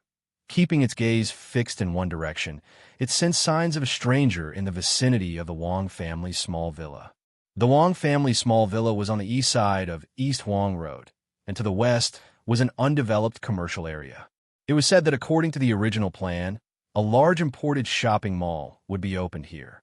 But it was a pity that the boss ran away with his sister-in-law before the matter was even halfway done. As for the building materials that had been shipped here, such as reinforced concrete, bricks, glass, and some wood, no one had taken care of them. Ayu had died under an old locust tree in this commercial development area. At that moment, 2 men in suits with sophisticated equipment on their backs appeared in the originally empty building materials area. They were looking for traces of body-dissolving fluid. Generally speaking, high-quality body-dissolving fluid wouldn't leave any traces, but M.O. Immortal Castle's body-dissolving fluid had been made by M.O. Immortal Castle itself. A special substance had been incorporated into it, and M.O. Immortal Castle could detect it through a special gas-collecting device. The 2 men were holding a cylindrical object with a very long tube at the end that was connected to a backpack. Very quickly, when they reached an old locust tree, the device beeped in warning.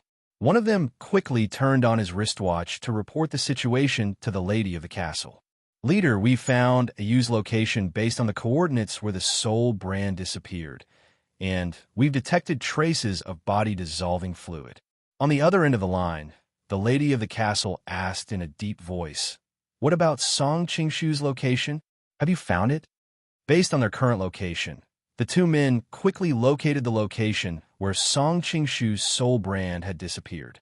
Finally, they looked at the building in the east. "We've found the lady of the castle. It's a villa. Song Qingshu's soul imprint disappeared in this villa." "A villa?" The lady was astonished. There were actually people who had settled down in this desolate countryside. Her expression darkened.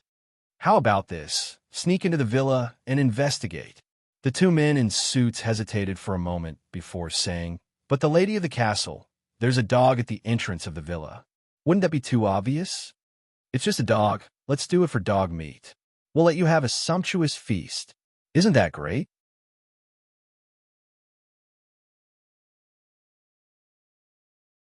Chapter 160.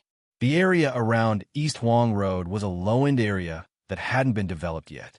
Apart from the transport vehicles transporting supplies into the city, there were very few other vehicles that passed through here.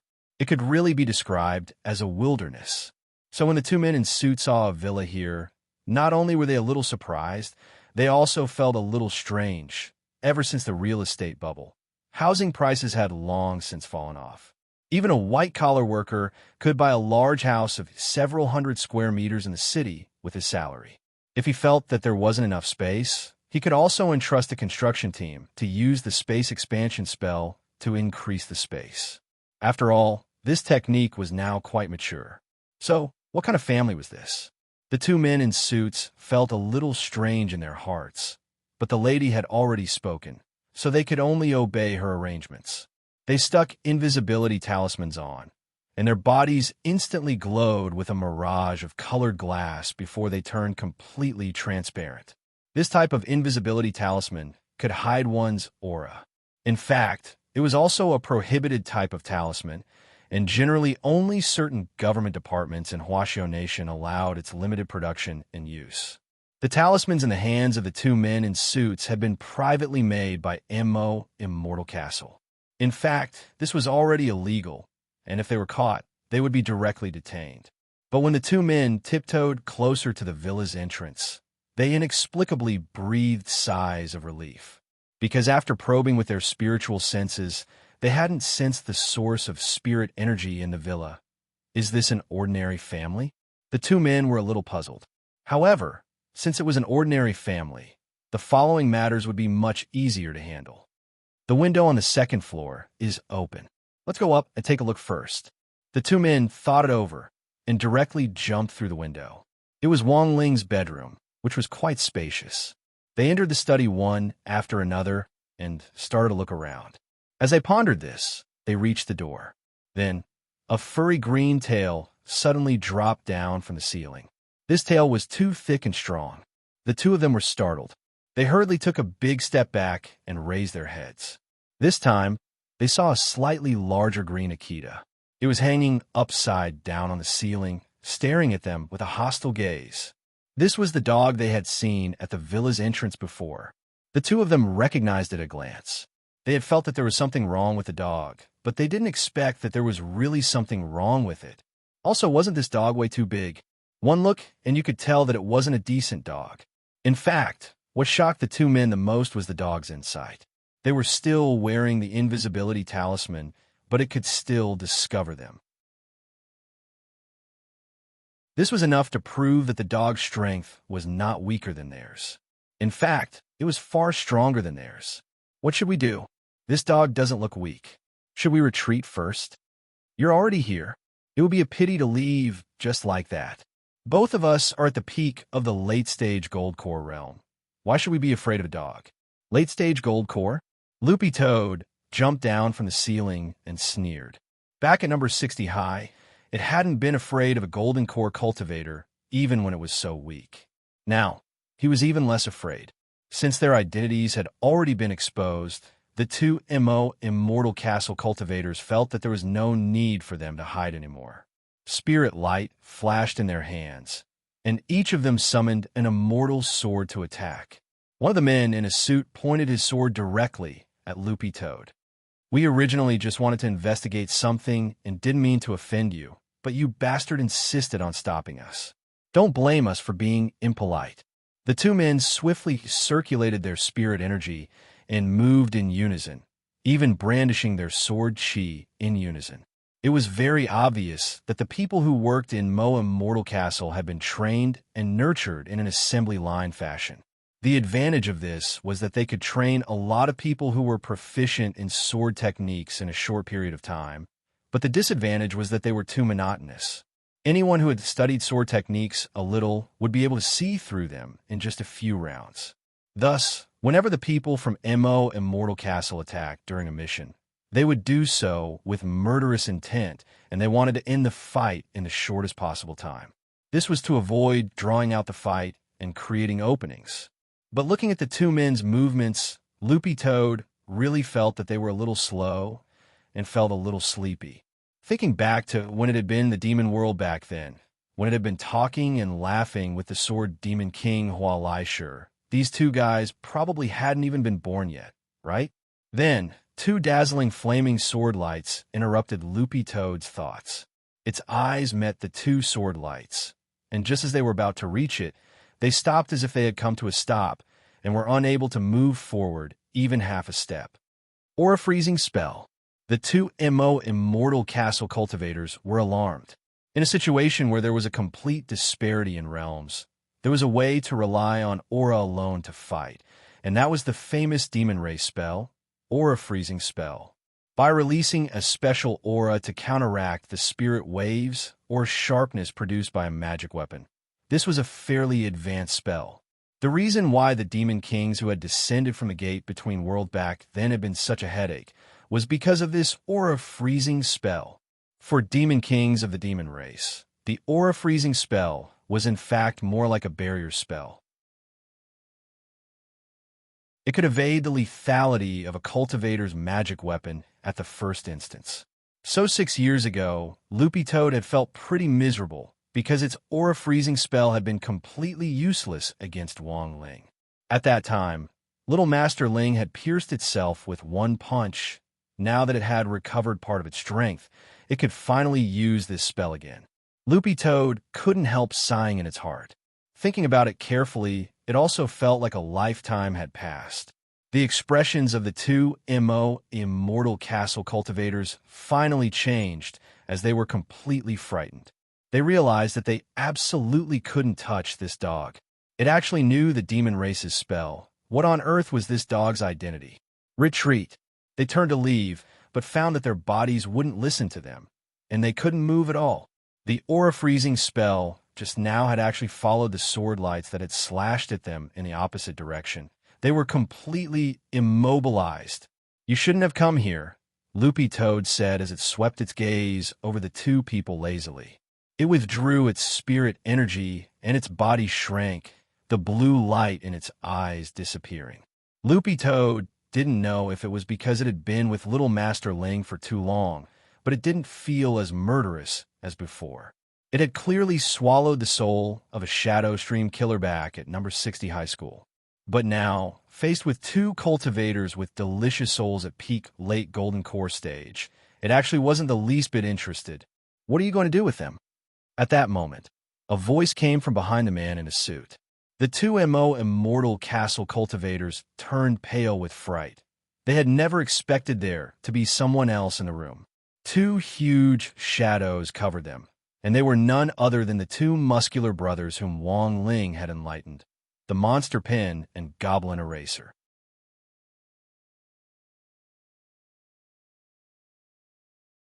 Chapter 161. Loopy Toad didn't have any intention of killing these two people, but Little Master Ling would definitely be unhappy if he found out that they had broken into the Wong family's villa without permission and were plotting something. Loopy Toad wasn't interested in their souls, but it also didn't want them to leave alive, so it was best to leave them to these two gremlins, Pen and Eraser. These two people couldn't move at all and had no idea what the two muscular brothers behind them were going to do to them. They were scared to the point of peeing their pants, but unfortunately, the aura-freezing spell was so powerful that even their cavernous bodies were frozen. Both of them couldn't stop trembling. "Pen, should we get rid of them?" "Eraser, forget it. Little Master won't be happy if their blood splashes all over the room." All right, there was only one way left. The two muscular brothers looked at the toilet in Wong Ling's bedroom at the same time and then escorted the two people to the toilet. "Pen, you're lucky.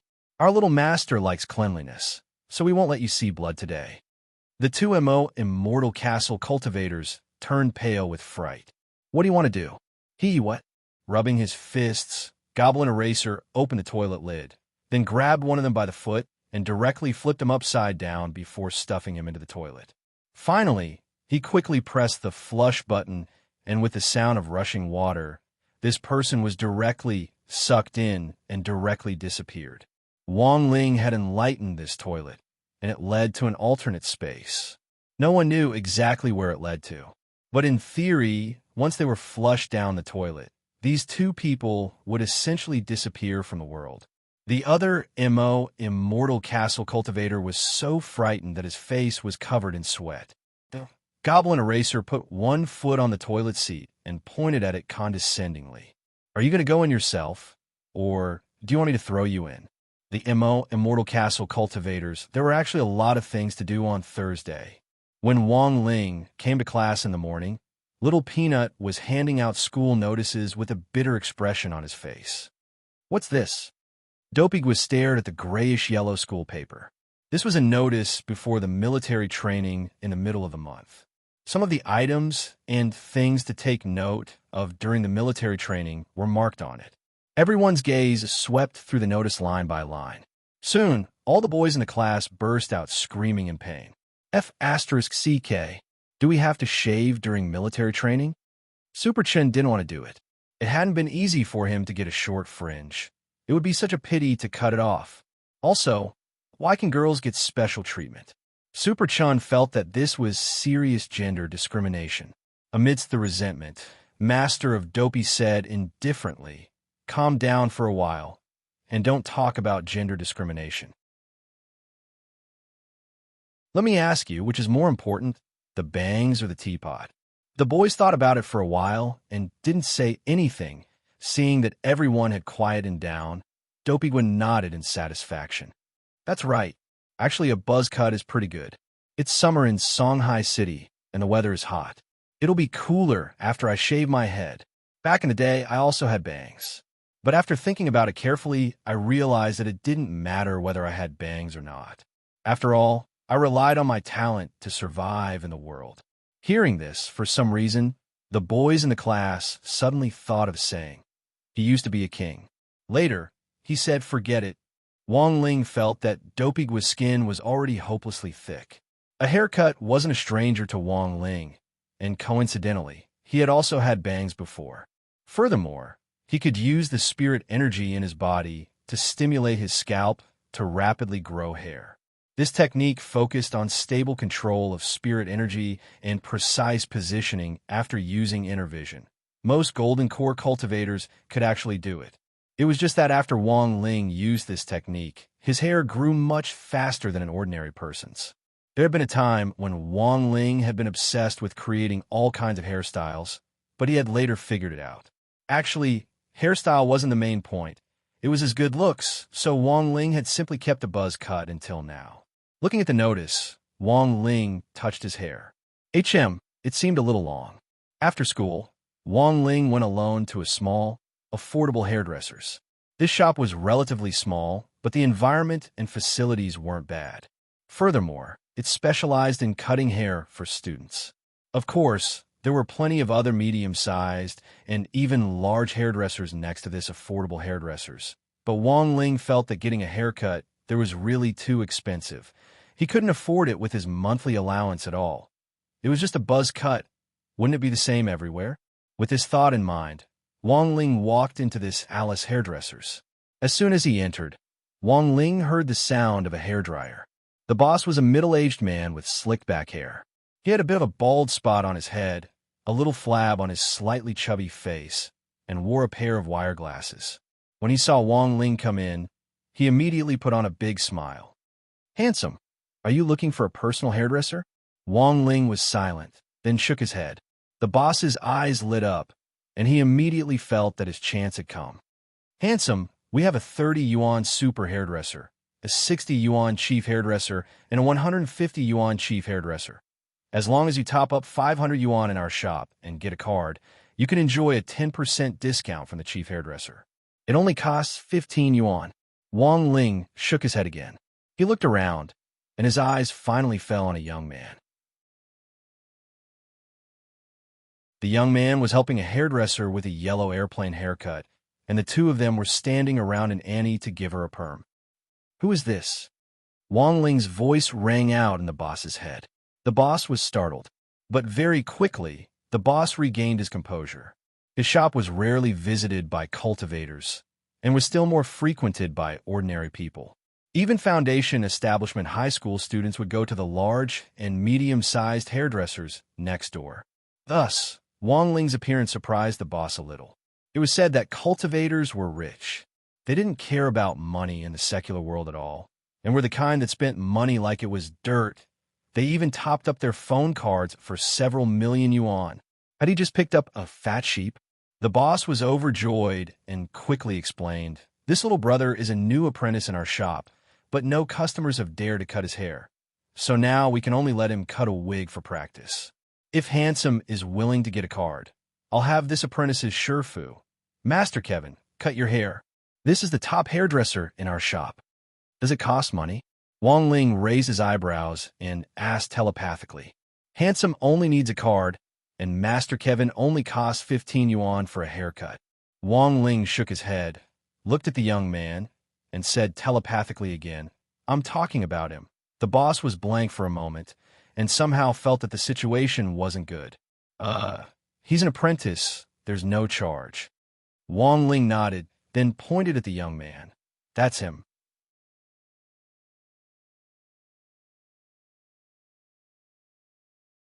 Chapter 162. Actually, Wang Ling felt that he really wasn't a stingy person. Money should be spent where it should be spent, and not a penny where it shouldn't be spent. This was the economic view of consumption that Wang Ling had developed since he was a child under the guidance of Father and Mother Wang. A haircut was just a trivial matter, and Wang Ling was more willing to spend the money on crispy noodle snacks. He had recently heard that Little Raccoon had released a new flavor, which was indigo wood mustard. Wang Ling planned to buy a packet to try it out. If he could save the money for this haircut, he could buy a few more packets. After a moment of silence in the barber shop, the apprentice brother, whom Wang Ling had called out, had an incredulous expression on his face. He turned to Wang Ling and bowed solemnly. Thank you for your trust in me. I will definitely do my best. Wang Ling nodded indifferently, then found a place to sit down. Everyone around him also looked at Wang Ling strangely, because apprentice hairdressers were actually very frightening existences. They were no less frightening than a new intern nurse in a hospital.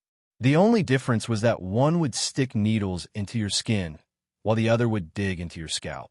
Wang Ling was probably the only one who had the guts to do this. This was probably the apprentice brother's first time cutting a customer's hair. Holding the electric razor in his hand, a few drops of cold sweat trickled down the corners of his eyebrows. He looked a little nervous, like an inexperienced little sister who was about to offer her first time. I'm going to start. It was just a buzz cut. He just needed to clean the sides and the back. It wasn't that hard. The apprentice brother comforted himself, but the moment the electric razor touched Wang Ling's scalp, his hand trembled. In a flash, the back of Wang Ling's head was shaved bald. Little brother, the boss. Wang Ling rubbed his bald scalp and shook his head. Then, the hair there actually grew at a speed visible to the naked eye, and very quickly, he turned from a Wu-Ku into a Scion. The boss and his companions were stupefied. What the hell? There was this kind of operation? After about an hour, Wang Ling walked out of the barber shop without a hitch. The boss grabbed Wang Ling. Jinren, don't go. Then, Wang Ling saw the boss take out 200 yuan from his trouser pocket and stuff it into Wang Ling's hand. Wang Ling. The boss pointed behind him at the hair strewn all over the floor and looked at Wang Ling gratefully. Thank you, spiritual master, for providing my shop with hair. The quality of immortal hair is really too good. It can be made into a high-class wig. This 200 yuan is the market price for hair. I hope that Taoist master will come often in the future. Wang Ling combed his hair and went home, his pockets full of half-price crispy noodle snacks. This time, he had shaved his head and picked up 200 yuan for free, replenishing his stock of crispy noodle snacks. When he got home, he found that there were a lot of people in the house today. Grenade-throwing Senior Immortal and Song Qing-Shu were waiting in the living room, and the old man very politely served them a bowl of mung bean soup. In the summer, old people had the habit of boiling mung bean soup to relieve internal heat. When Old Man Wang was young, his mung bean soup was a star dish in restaurants. There was a limited supply every day, and even a bowl was hard to come by. However, it was a pity that these two fools did not know how to cherish or be grateful. Staring blankly at this bowl of mung bean soup, they started to ponder the meaning of the mung beans in it. In just a short while, they could even clearly count how many mung beans there were in the bowl. Song Qing-Shu actually didn't have this problem at first, but after following Grenade-throwing Senior Immortal for a few days, he had been led astray. Brother Ling. Seeing Wang Ling appear, Grenade-throwing cupped his fists politely. Next to him, Song Qing-Shu also stood up and saluted, calling him Ling Jinren. The old man didn't care about Wang Ling. He still had to catch up on his TV series. Seeing that Wang Ling had arrived, he hurriedly waved his hand and said to the two of them, There's more in the pot of mung bean soup. If it's not enough, I'll go get more. You guys talk first. Okay, thank you, great senior. Grenade-throwing senior immortal said sternly and nodded. At the same time, he was deep in thought. I definitely have to take the mung bean soup home later and carefully study its mysteries. Maybe after drinking this soup, I'll have hope of reaching the void refinement stage. Wang Ling, returning to the topic at hand, Grenade-throwing senior immortal sat on the sofa and looked at Wang Ling as he said, Brother Ling, I came to look for you this time because I have good news. Thanks to Little Song this time, we've found the whereabouts of the maker of the stone ghost mask. Song Qing echoed him. I only provided a little clue, but thanks to Senior Grenade-throwing Senior Immortal and that Senior Black, they were able to pinpoint the location based on the clue. Hearing this, Wang Ling nodded. In the end, Song Qing still fulfilled his promise and didn't go back on his word. If they could find the maker of the stone ghost mask, it meant that the matter of the stone ghost mask would come to an end very soon. As for Mo Immortal Castle, which had been trying to use the mask to secretly rise to power, their plot would also be completely ruined. Of course, this was the ideal situation. In fact, Wang Ling was also very curious about the identity of the maker of the mask.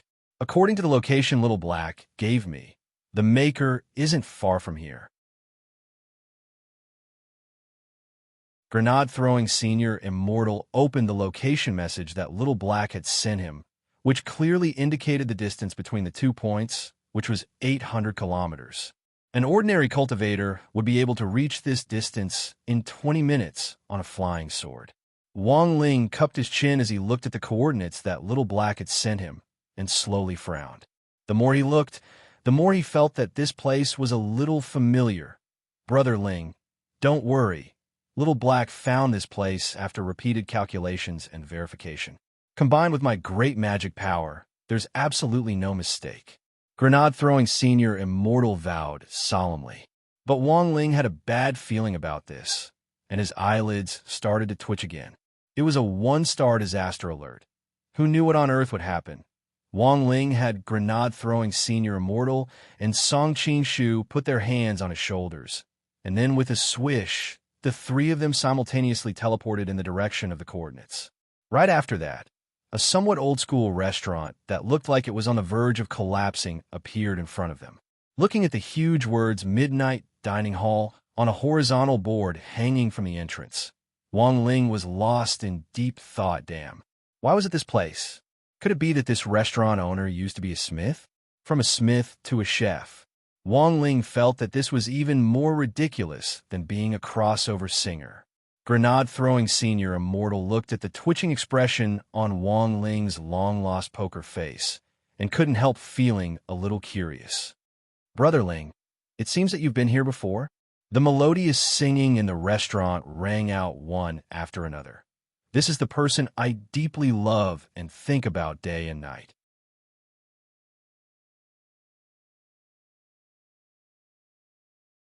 Chapter 163. When the three of them entered, Midnight Dining Hall's boss, Tan Siming, was scrubbing the dishes. The long knife scar on his face and the bitter expression on his face made him look especially ferocious in the dim light. Although it wasn't time for customers to visit yet, the boss was already preparing to receive them at midnight. As for the song Old Boy sung by Tang Yuning, it had been played on an obsolete old-fashioned radio next to the boss. In this day and age, radio stations were no longer very popular, but that couldn't stop people's feelings for radio programs. So although there weren't many radio programs, there were still people doing them. Among them, one had to mention Zhang Yi, the radio's top presenter. He wasn't just a radio presenter, he had a broadcasting background, but was also a very famous filmmaker. He had once written a book about his experiences called I Am a Big Star, and the entire book was filled with all kinds of lyrics, poems, and stories. It always felt like he was showing off his knowledge. As a veteran online novelist, Father Wang also defined the nature of this book as hydrology. Boss Tan was still washing the dishes. When they came in, he almost reflexively pointed at the menu on the wall and said unhurriedly, "That's all there is on the menu. But if you want to eat something else, I can make it for you." After all, apart from Wang Ling, This was the first time Grenade Throwing and Song Qingshu had come here. Song Qingshu thought for a bit and felt that it wouldn't be polite to interrogate them as if they were criminals without ordering anything. So he asked for 3 large bowls of Laodan pickled cabbage beef noodles. He even took the initiative to settle the bill. 1 large bowl was 20 yuan, and 3 large bowls were 60 yuan. Song Qingshu straightaway threw out a 100 yuan bill, and even waved his hand at Boss Tan to tell him to keep the change. Nouveau riche was capricious. In fact, Grenade Throwing Senior Immortal had been using Song Qingshu as a human ATM for the past 2 days. This guy had sold off all the assets he had accumulated over the years at Mo Immortal Castle, and now had so much money that he didn't know how to spend it. Thank you. When the boss collected the money, he finally looked up and saw Wang Ling among the 3 people, and his expression instantly changed. Aren't you that 33 yuan and 70 cents creative genius? Wang Ling. Boss Tan still had an impression of Wang Ling. After all, he was the man who had sold the song Old Boys, which had now spread all over Huaxiao Nation. Such a popular song, along with the lyrics and music, had been sold for 33 yuan and 70 cents, the same as 2 medium bowls of beef noodles. Boss, do you know this brother of mine? Grenade Throwing Senior Immortal asked as he looked at the boss. He and his father came to my shop to order beef noodles before. Boss Tan answered. Grenade Throwing Senior Immortal's heart trembled. It turned out that Senior Wang had also been to this shop. It seems like this shop is not simple. This song Old Boys, you've all heard it, right? After thinking for a while, Boss Tan simply told him about the song Old Boys. Grenade Throwing Senior Immortal and Song Qingshu were greatly shaken when they heard this. Brother Ling, you can write songs? Wang Ling nodded shamelessly, his face expressionless. Because from a theoretical point of view, he was just a carrier of songs. At the mention of Old Boys, Boss Tan's resentful expression deepened. Previously, when Little Tang wasn't popular, he would always come to my shop. There was a time when he had to rely on me to help him survive in Songhai City. Now that he's popular, he hasn't been here for a long time. Speaking up to this point, Boss Tan smiled bitterly. I was hoping that he would help me drum up some business. This is simply abandoning him after using him. Grenade Throwing Senior Immortal shook his head. The boss had originally been depressed about this matter, but now that he had found someone to talk to, his mood instantly improved a lot. He looked at the previous boss and said, By the way, why did you come to me at this hour? Back to the topic at hand, Boss Tan wasn't a fool. It was written very clearly in his shop that it generally opened at midnight. But these 3 people had come to him at 7 or 8, and had even ordered 3 big bowls of beef noodles in one go. The most important thing was that they had even given him a tip. There was most likely something fishy going on here.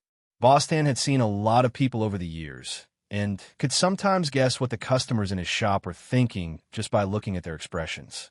Fortunately, Boss Tan was a straightforward person, and his attitude reassured Grenade Throwing Senior Immortal.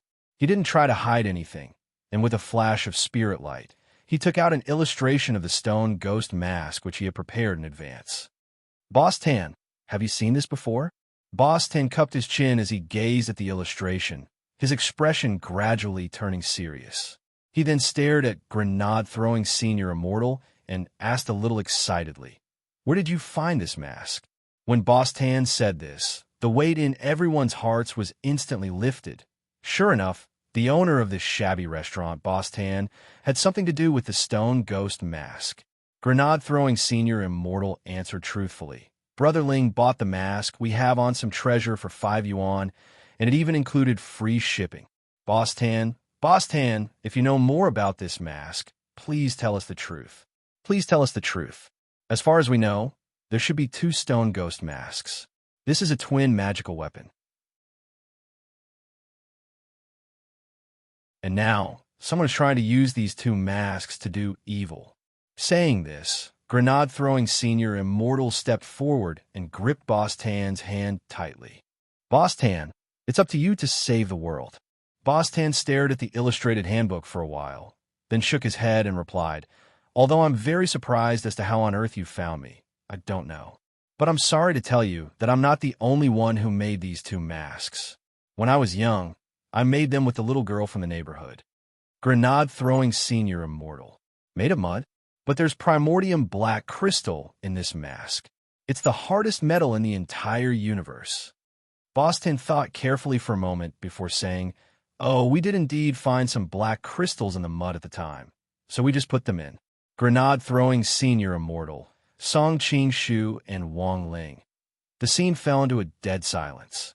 Grenade-throwing senior immortal took a deep breath. "So, Boss Tan, you're not a smith?" Boss Tan shrugged. "I never said I was. The girl was the one who made the masks. I just cooperated with her in making them. In the end, it was also the dry mud she baked." Grenade-throwing senior immortal. "Then, does Boss Tan still have the contact information for that mud-playing little girl?"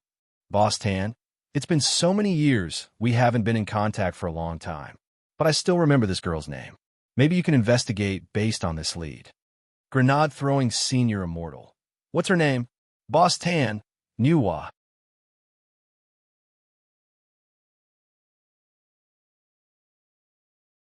Chapter 164. Based on the information Song Qing-shu had provided, it had taken Little Black 2 days and 2 nights to obtain this lead. He had thought that there would be significant progress, but before this step could be taken, the lead had been cut off again. Even he felt vaguely annoyed. Now, where to find this mud-playing little girl called Nuwa had become a thorny problem.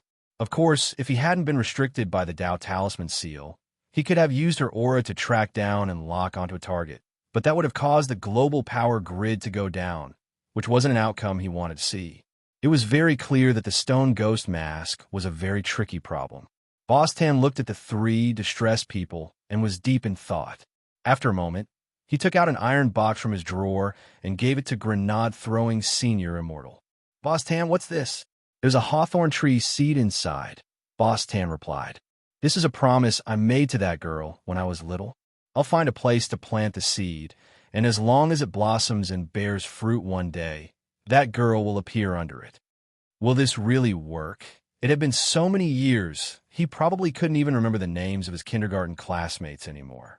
Those promises he had made when he was little really didn't sound very reliable. Grenade-throwing senior immortal recalled how he had boasted every day when he was little that he would marry all the girls in kindergarten, but now, he was still a single dog. "There's no other way. I can only try everything I can."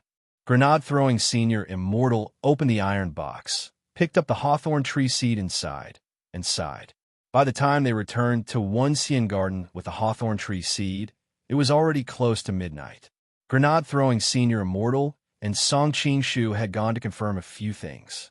They had heard from Loopy Toad that Imo Immortal Castle had sent 2 people to investigate during the day. Even with his eyes closed, Song Qing-shu knew that they had been sent by the lady of the castle to confirm whether he was dead or not. Unfortunately, Loopy Toad had simply and roughly flushed them down the toilet, and Grenade-throwing senior Immortal Castle hadn't been able to ask them for more details. Otherwise, they would have definitely been able to get a lot of little-known secrets out of these 2 people. Be careful in the next 2 days.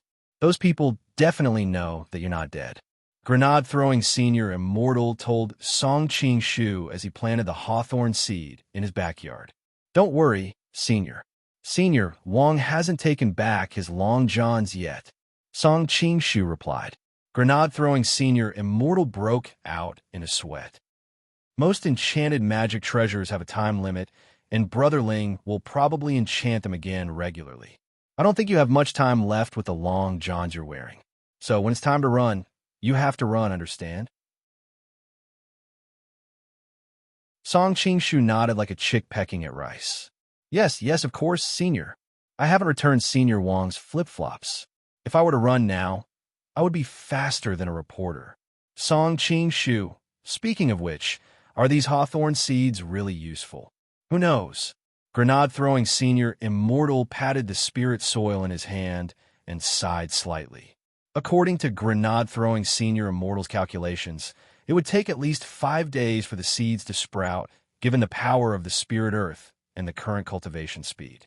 It would take at least half a month for it to grow into a hawthorn tree. The most important thing was whether that girl called Niwa would show up as promised. Staring at the spirit earth, the two of them sank into deep thought, feeling a severe pain in the ass. It was June 3rd on Friday, in the 6th week of the semester. That morning, some families were happy and some were sad. For the sake of the military training, the boys had all shaved their hair to a crew cut. Some of the more heroic ones, like Super Chun, had been straightaway shaved bald by the hairdresser. Holding his head, Super Chun wanted to cry, but had no tears to shed. He had clearly told the hairdresser that he only needed to trim his hair. Even if it was a crew cut, he had to look handsome. Who would have thought that the hairdresser would, in the blink of an eye, trim and embroider him into a bald wuku? Super Chan felt that he must have owed the hairdresser a huge sum of money in his previous life. He was really bloody unlucky. When Teacher Pan walked into the classroom, it was actually a little noisy as everyone was discussing hairstyles. But today, Teacher Pan uncharacteristically didn't get angry. Instead, she silently put her handouts on the lectern and admired the boys' crew cuts with the girls around her. As a man, he should feel refreshed like this. How good was this? As a pioneer teacher at number 60 High, Teacher Pan had led many batches of elite students. The most impressive thing about Teacher Pan was her strict teaching style and class rules. She was a person who liked to follow the rules, and anyone who got to know her for a long time would have a deep impression of her obsessive-compulsive disorder. Now that all the boys had shaved their crew cut, Teacher Pan's mood was as relaxed as if she had been constipated for a long time and had finally been released. While Teacher Pan was rejoicing over the boys' new looks in Grade 1, Class 3, on the other side, the general administration of 100 schools in Songhai City was in an uproar. Ajwa sat at his desk with a little bitter resentment. Ever since number 60 High had been attacked by shadow stream killers, he hadn't been able to let it go. Thus, as soon as he took office, he had increased the vigilance of all the high schools within the jurisdiction of the general administration of 100 schools in Songhai City. This was to prevent heretics from rising again. Ajwa didn't want to make the slightest slip-up while he was still in office. The official culture of cultivators was far more complicated than ordinary people could imagine. Number 60 High was his alma mater. If he couldn't even protect it, it would inevitably become a topic of gossip and ridicule. It was almost time for number 60 High's military training, so Ajwa had secretly increased the security at number 60 High in the last few days. Unfortunately, Ajwa received bad news at this juncture. The younger sister of the master of Shadowstream, who had been captured at number 59 high school previously, had broken out of prison. Songhai City's Class 1 prison was an important place for serious criminals deployed by the Cultivation Police Department. A lot of famous criminals have been imprisoned here. The criminal from Fury Cultivation University who had poisoned his roommate had been locked up here for a very long time and was finally executed in accordance with the law. This incident had alarmed national leaders, and it just so happened that members of the Central Cultivation Inspection Team were in Songhai City. Secretary Dakong had rushed to the scene almost immediately. To be honest, it was quite inconceivable that someone had broken out of the National Class 1 prison for serious criminals. It had to be noted that all the cultivators who had been sent to prison had special sealing spells cast on them, and the handcuffs they wore were also specially made to restrict the output of their abilities. Furthermore, there was a huge sealing array at the bottom of the prison, which had a radius of 10,000 li coupled with the high walls that even an attacking giant wouldn't be able to cross. Breaking out of the prison was simply nonsense. After Secretary Dakong arrived at the scene, the Cultivation Police Department had already dispatched the Major Crimes Investigation Unit to investigate the situation. The only good news that could be confirmed at the moment was that the criminal hadn't left Songhai City's high-security prison. It was just that the way he had escaped was a little inconceivable. The other party had actually dismantled the steel plate under the bed and used only a fork for instant noodles to forcibly dig out a passage.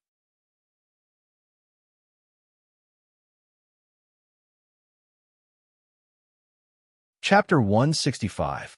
It was really inconceivable that an instant noodle fork would actually be able to dig such a long tunnel in a national level 1 prison for serious criminals. With her spirit energy completely restricted, how had the girl managed to break through the heavy reinforced steel plates made from strengthened immortal crystals? That was one problem. After breaking through the steel plates, how had she transported the bricks and soil out? That was another problem. Odd arrived not long after Secretary.com. When he arrived at the prison, he could clearly feel dizzy. Seeing this, the warden, who had been waiting at the main entrance to receive him, hurriedly hung a pendant around Odd's neck, and his dizziness was alleviated. "What's this?" The warden explained. "Director Joie, this is a resistance crystal developed by Huaxio's Cultivation Academy of Science. When you wear it, it can restrict the power of the magic array beneath the prison. Each staff member working in the prison has one." Hearing this, Odd nodded. The magic array in the prison was really too powerful. As soon as he stepped in, he almost couldn't breathe, and his overall symptoms were similar to hypoglycemia: chest tightness, shortness of breath, rapid heartbeat, and dizziness. But the serious criminals locked up here not only had to face the suppression of the magic array, but also the restraining power of the special handcuffs on their wrists. Judging from all the conditions, breaking out of this prison was a complete joke. This incident was a little unexpected, but fortunately, we discovered it in time. There are signal transmitters embedded in the prisoner's handcuffs, and according to the signal source, the prisoner is still hiding in the prison. The warden wanted to cry a little. If the prison break was successful this time, he would probably have to directly go GG and go home to retire and farm. Ajwa was directly brought to the crime scene by the warden. Songhai Cultivation Police's major crime investigation team had already arrived, and they all surrounded the entrance to the prison from which the girl had broken out. At first glance, Ajwa saw Secretary Dakon's figure in a windbreaker in the vast crowd. "Little Joisy, you're finally here?" When the old secretary saw Ajwa, his frown instantly brightened. "It was all thanks to your efforts that we were able to capture this person last time. Ajwa, I already have a basic understanding of the situation. If you have any questions, you can ask me directly. If you have any other thoughts, you can also tell me. Everyone here will listen to your commands. We have to do our best to arrest and bring this criminal to justice in the shortest time possible before he actually escapes from prison." The old secretary patted Odd Joie on the shoulder. "Little Joisy, it's up to you. I believe that if you can catch her once, you can catch her again." Ajwa already didn't know what to say. The most important thing was that he himself was in a state of confusion regarding the previous two situations. "How did she escape?" The old secretary replied. "According to our initial observation, the criminal did use a spoon made from instant noodles to dig a tunnel to escape. Although the tunnel wasn't deep, considering the criminal's identity as a shadow stream killer, he was proficient in the bone shrinking skill. He could use this small hole to escape. As for the steel plate at the bottom, the prisoner used a corrosive liquid to burn through it." "Corrosive liquid?" Ajwa was astonished. "Isn't there a full body examination before entering prison? How did he bring it in?" Speaking up to this point, the warden rubbed his temples in pain. "If our guess is correct, the criminal probably hid the tool in his crotch. This is a blind spot for inspection." "Ajwa, crotch." The old secretary nodded sternly. "This speculation sounds a little nonsensical, but it's actually very reasonable. Actually, it's easier to hide things in the crotch. Even a grenade can be hidden there. What's a small bottle of corrosive liquid to it?" Odd. 2 hours had passed since Jiang Luiying had escaped from the prison cell. The outside world was calm and peaceful, but Songhai's level 1 prison was already in an uproar. No one could say for sure what would happen in 2 hours. The longer it dragged on, the higher the chances that the criminal would actually escape. As a criminal wanted by the vicious assassination organization Shadowstream, there was no guarantee that the other party wouldn't do anything harmful to society if he was allowed to escape from prison. Jiang Luiying had crawled out of a haystack 3 kilometers away from the prison's main building. When she crawled out, she was still holding an instant noodles fork and handcuffed. tied to the fork was an armor-piercing talisman, which was why Jiang Luiying had been able to dig through the soil as effortlessly as if she were digging pudding. When she broke out of the ground, the effect of the armor-piercing talisman had already disappeared, and the instant the effect of the armor-piercing talisman disappeared, the instant it tragically broke into two pieces. Oh, that was right. Jiang Luiying had also taken this armor-piercing talisman out of her crotch. It's all thanks to the escape package elder sister prepared for me. Jiang Luiying held a glass bottle the size of a finger in her hand, which was stuffed with all kinds of hoi poi capsules, which contained all kinds of magic treasures that could be used to escape capture. Jiang Luiying, on the other hand, had kept them in her crotch all this time. Jiang Luiying could have escaped a long time ago, but unfortunately she had been knocked unconscious. By the time she had woken up, she was already in prison. It had taken some time, but fortunately, she had managed to escape in the end. Lying in the haystack, Jiang Luiying stared at the bottle in her hand. She gritted her teeth hatefully and pounded the ground in grief and indignation. Those damn cats and high school students, they made me suffer so much here. Just you wait. Jiang Luiying narrowed her eyes, a hint of malice in them. Her top priority now was to think of a way to escape from here. Jiang Luiying was well aware that although she had escaped from the cell, she hadn't truly escaped the prison. Furthermore, she had a hunch that she was being watched. I have to think of a way to undo these damn handcuffs first. After calming down, the girl stared at the handcuffs in deep thought. These handcuffs were made of stainless steel. The material was very special and had the ability to suppress spirit energy. Coupled with the restrictive array at the foot of the prison, the spirit energy she could now use was so minuscule that it wasn't even worth mentioning. However, Jiang Luiying still thought of another way. She took out a hoi poi capsule from the glass bottle, which contained the last armor-piercing talisman. Taking it out of the capsule, the girl stuck it to her 36D chest, as if she had cut off all means of retreat. Then, she took a deep breath, she placed her hands flat on a rock, and tried to put as much distance between them as possible. After that, she lifted her upper body and flung it violently. Boom!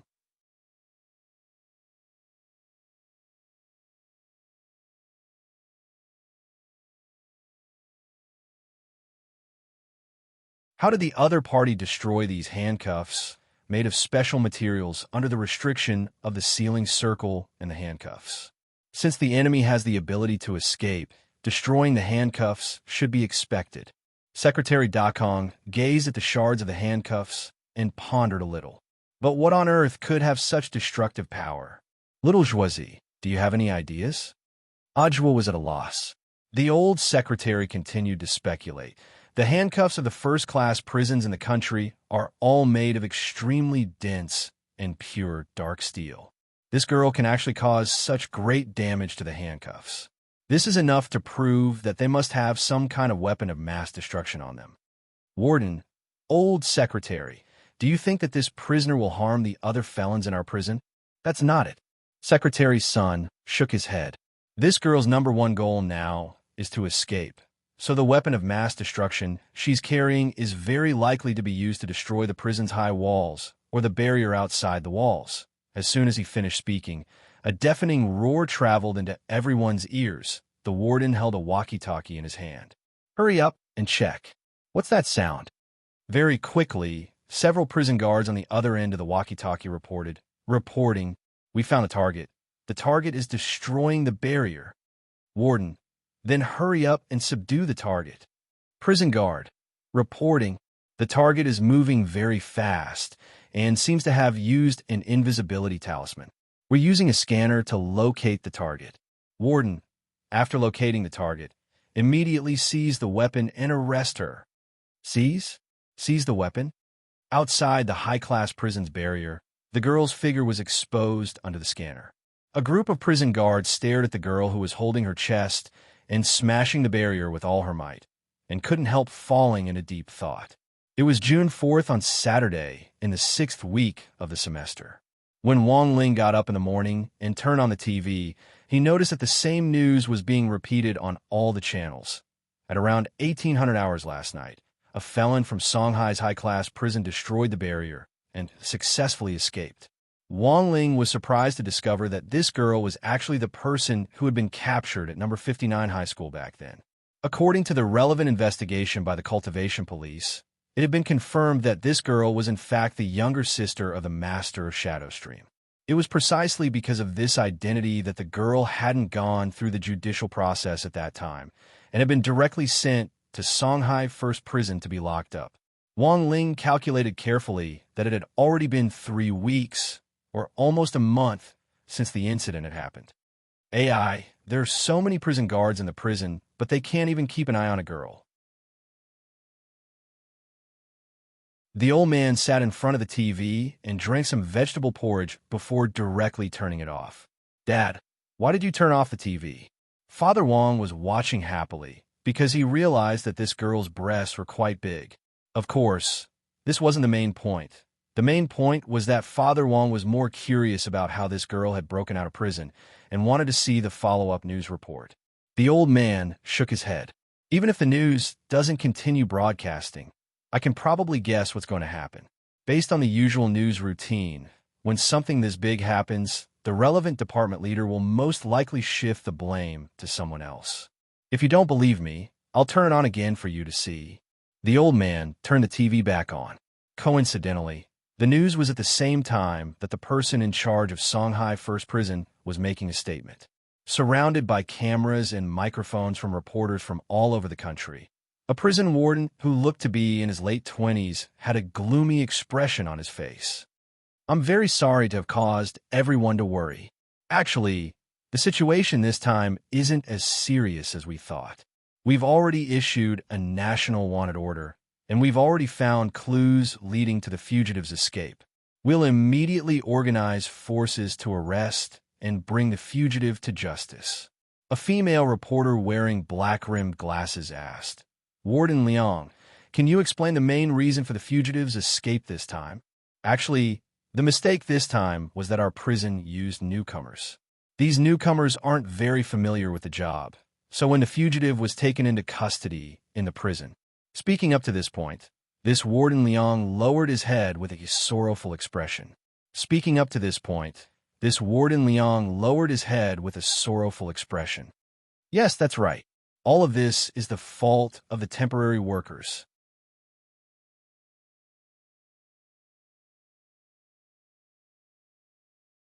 Chapter 167.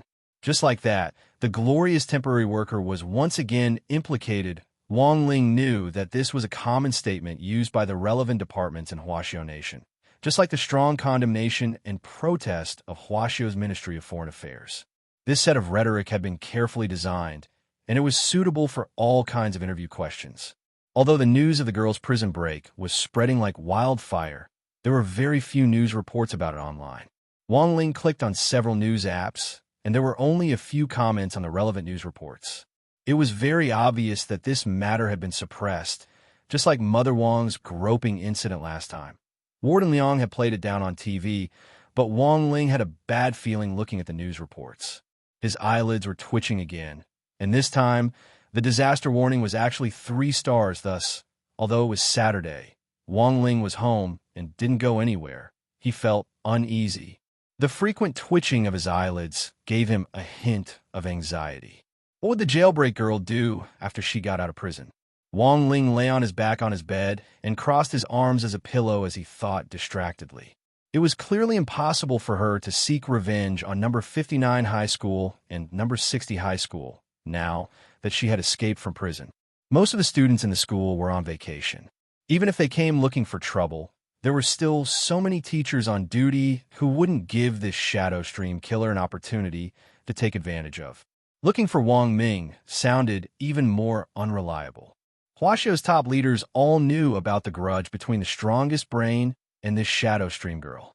Once the news of her prison break got out, they would definitely send more people to protect Wang Ming. Then, the only person left to swiftly retaliate against in a short period of time was black charcoal.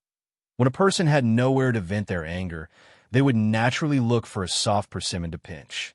Wang Ling felt that Zheng Tan was now in a very dangerous situation. Wang Ling turned into a white Persian cat and once again appeared under that old willow tree in number 59 high school. Considering the urgency of the situation, Wang Ling had directly teleported over. Wang Ling carefully sensed his surroundings and realized that it was all quiet and there was no sound at all. He lay down at the mouth of the tree hole and sensed for a moment, but there wasn't the slightest trace of an aura inside. Whether it was the original chief of staff, Battalion 1 Commander the Monk, or Zheng Tan's Cavalry Battalion, Infantry Battalion, and Air Force, none of them were here. Wang Ling opened his eyes and used the heavenly eye flashback spell. The scene in front of him started to flow backward, but he didn't capture any information.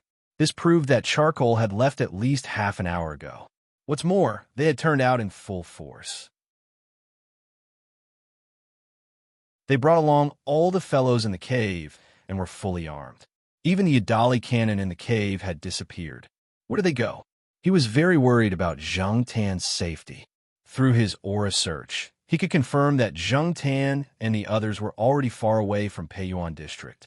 It had been at least 12 hours since they left the tree hole, which was earlier than he had expected. Now, there was only one way to find Zheng Tan. In a mysterious laboratory on the border of Huaxiao Nation, a man in black tights was engrossed in research. In his hands were the blueprints for the Armstrong Cyclone Jet Armstrong cannon. Since the laboratory had been destroyed the last time, Little Black had been trying to restore this cannon, which he had painstakingly developed. He was waiting for a clue from Grenade-throwing Senior Immortal.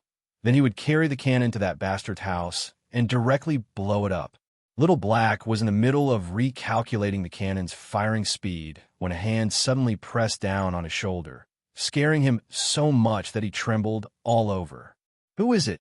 This time, Little Black saw a youngster in a white short-sleeved shirt standing behind him. You are. Wang Ling directly revealed his identity telepathically. Little Black was astonished. You're Ling Jinren? This time, Wang Ling didn't have to deliberately disguise his face like last time. Because the last time he'd been here, he hadn't known about the relationship between Little Black and grenade throwing. Now that he knew that the other party was on his side, there was no need to disguise himself.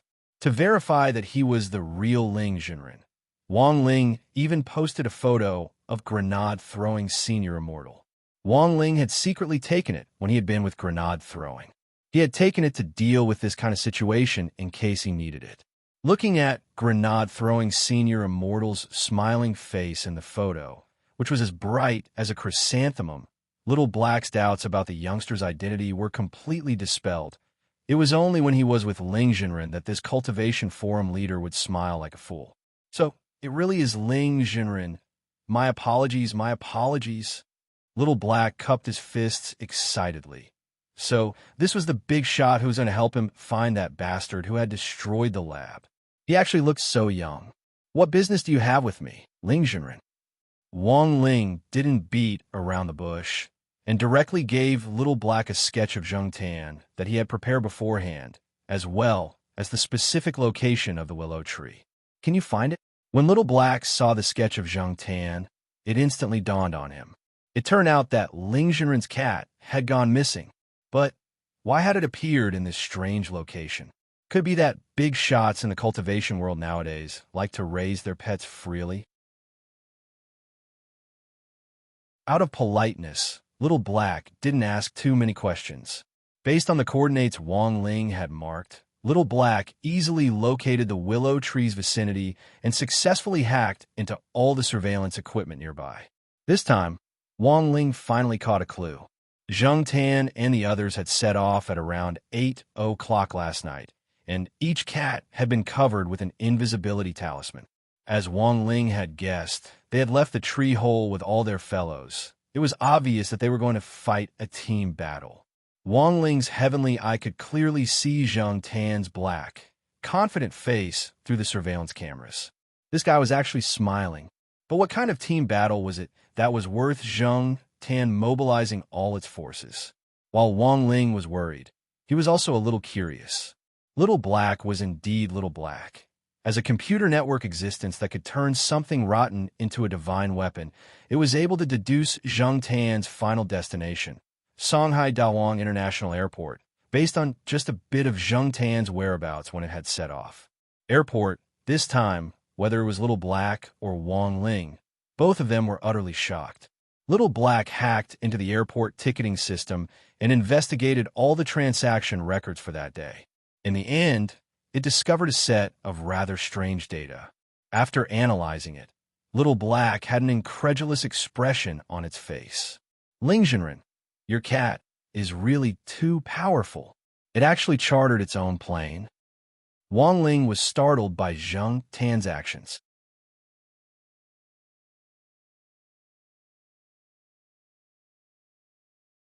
Chapter 168. Thanks to various coincidences, Zheng Tan and Wang Ling's incarnation of Immortal Meow had fought together in number 59 high school. After returning that day, Zheng Tan had started to drill its independent regiment day and night as if it had been injected with chicken blood. It had sent out several of its battalion commanders to expand its ranks and recruit soldiers everywhere. Now, Zheng Tan's subordinates alone already had the strength of 2 divisions of cats. Even its realm and strength had experienced unprecedented growth. In fact, all of this was thanks to Wang Ling. When it had shaken hands with Wang Ling for the last time, Zheng Tan had pulled its hand back to find that its palm had been stained with a few strands of white cat hair. The most amazing thing was that these strands of cat hair actually had the miraculous effect of condensing the spirit energy of heaven and earth. It was even more F***king effective than a high-level spirit gathering array. Just like that, from that day on, Zheng Tan's strength began to grow by leaps and bounds. In just one short month, it had actually reached the peak late golden core stage. As for Zheng Tan's operation this time, it had actually been premeditated. In this month, apart from cultivating, Zheng Tan had also learned from stray cats about a secret stronghold suspected to be Shadow Stream's headquarters. At that time, Zheng Tan had been thinking about this attack. Just yesterday, Zheng Tan had received news that the Shadow Stream girl had escaped from prison. At that time, Zheng Tan had felt that its chance had come. Zheng Tan had decided to take advantage of the fact that this girl was still on her way to seek revenge on them, to lead its army north and stab the enemy headquarters in the ass. Jinghua City, a neighboring city of Songhai City. This was the capital of Huaxiao Nation. No one would have thought that Shadow Stream's current headquarters would be on an unremarkable hill on the outskirts of the capital. It seems that Ying has already escaped successfully. The master of Shadow Stream, Jiang Luiyue, frowned as she sat in a high-backed chair and watched news reports on the prison break. Any news of her? Tell her not to make any further moves and to come back quickly, to avoid any more trouble. As she spoke, she turned her gaze to another figure next to her. It was an assassin in white with a golden armband and a dagger at his waist. His clothes were whiter than snow, and he looked like an immortal who had walked out of a painting. This person was called Immerse and was one of Shadow Stream's gold-forged assassins. He was also their brains, and was stronger than Jiang Luiying. Don't worry, Lord. I've already sent someone to receive Miss Ying. Immerse had a well-thought-out plan and calmly replied, It's just that Miss Ying seems to still be a little indignant about what happened last time.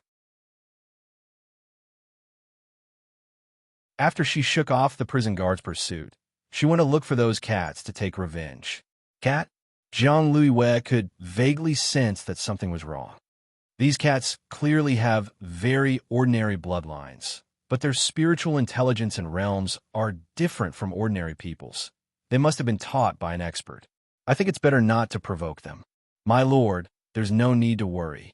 According to the information we've received, Miss Ying seems to have barged into nothing, Immerse replied softly. Barged in empty air? What do you mean? When Miss Ying came to that area to search, she didn't find any traces of cats. The cats seemed to have evacuated in advance. Evacuate? Jiang Luiyue frowned, feeling that things weren't as simple as they seemed. She didn't know why, but she had become very wary of cats recently because not long ago, she had found a kitten that seemed to have lost its way near the top of the mountain. The strangest thing was that this mountain was a private, forbidden area which had been set up with a magic array. Even birds would detour around this place when passing by. So how had that cat gotten in? Jiang Luiwei pondered this deeply. This was the first time that Emily had seen Jiang Luiwei so worried, and she couldn't help asking, "What are you worried about, my lord?" "I'm worried that those cats might be plotting something." "Plotting?" Emily laughed. "My lord, are you worried that those cats will find this place and attack the headquarters?" As soon as she said this, there was suddenly a tremendous explosion outside the hall. Where did that explosion come from? Emily tilted her head. A shadow stream killer swiftly turned into a black shadow and appeared in front of Jiang Luiwei and Emily. "My lord, Lord Emily, the foot of the mountain is under fire." "Who's attacking the mountain?" Emily was shocked. "It's a large group of cats. A large group of cats is climbing the mountain. They're armed with heavy weapons, and there are tens of thousands of them. It seems they're going to attack the headquarters." Emily. For some reason, Emily's face hurt. Sure enough, there's something wrong with those cats. Jiang Luiwei grit her teeth. It was clear that these tens of thousands of cats had come prepared to attack the mountain with heavy weapons. Furthermore, the number of killers in the headquarters was very limited, so once they came under fire, her image as the master shadow stream would completely collapse in the killer world. Emily immediately gather everyone to protect the headquarters, and during this period, don't come into contact with those cats. No matter what, we have to defend the headquarters. "Yes, my lord, I'll arrange it right away." Emily immediately nodded. This time, he finally realized how serious the situation was. Outside the hall, Emily stood at the highest point and shook it lightly 3 times. Spirit light flashed in his hand, and a string of magic bells appeared. He recited a spell, and the magic bells started to vibrate rapidly. With him as the center, invisible sound waves spread out in all directions. Ringing the magic bells 3 times was Shadow Stream's highest-level command to gather. 2 hours, can we hold out until then? Emily felt a little worried as he sensed the vigorous cat army charging up the mountain at the foot of the mountain. Zheng Tan's attack on the mountain this time was completely independent and hadn't been reported to the headquarters. In fact, in recent years, there had been countless cases of Shadow Stream killers abusing cats, and they had long since become enemies with cats all over the country.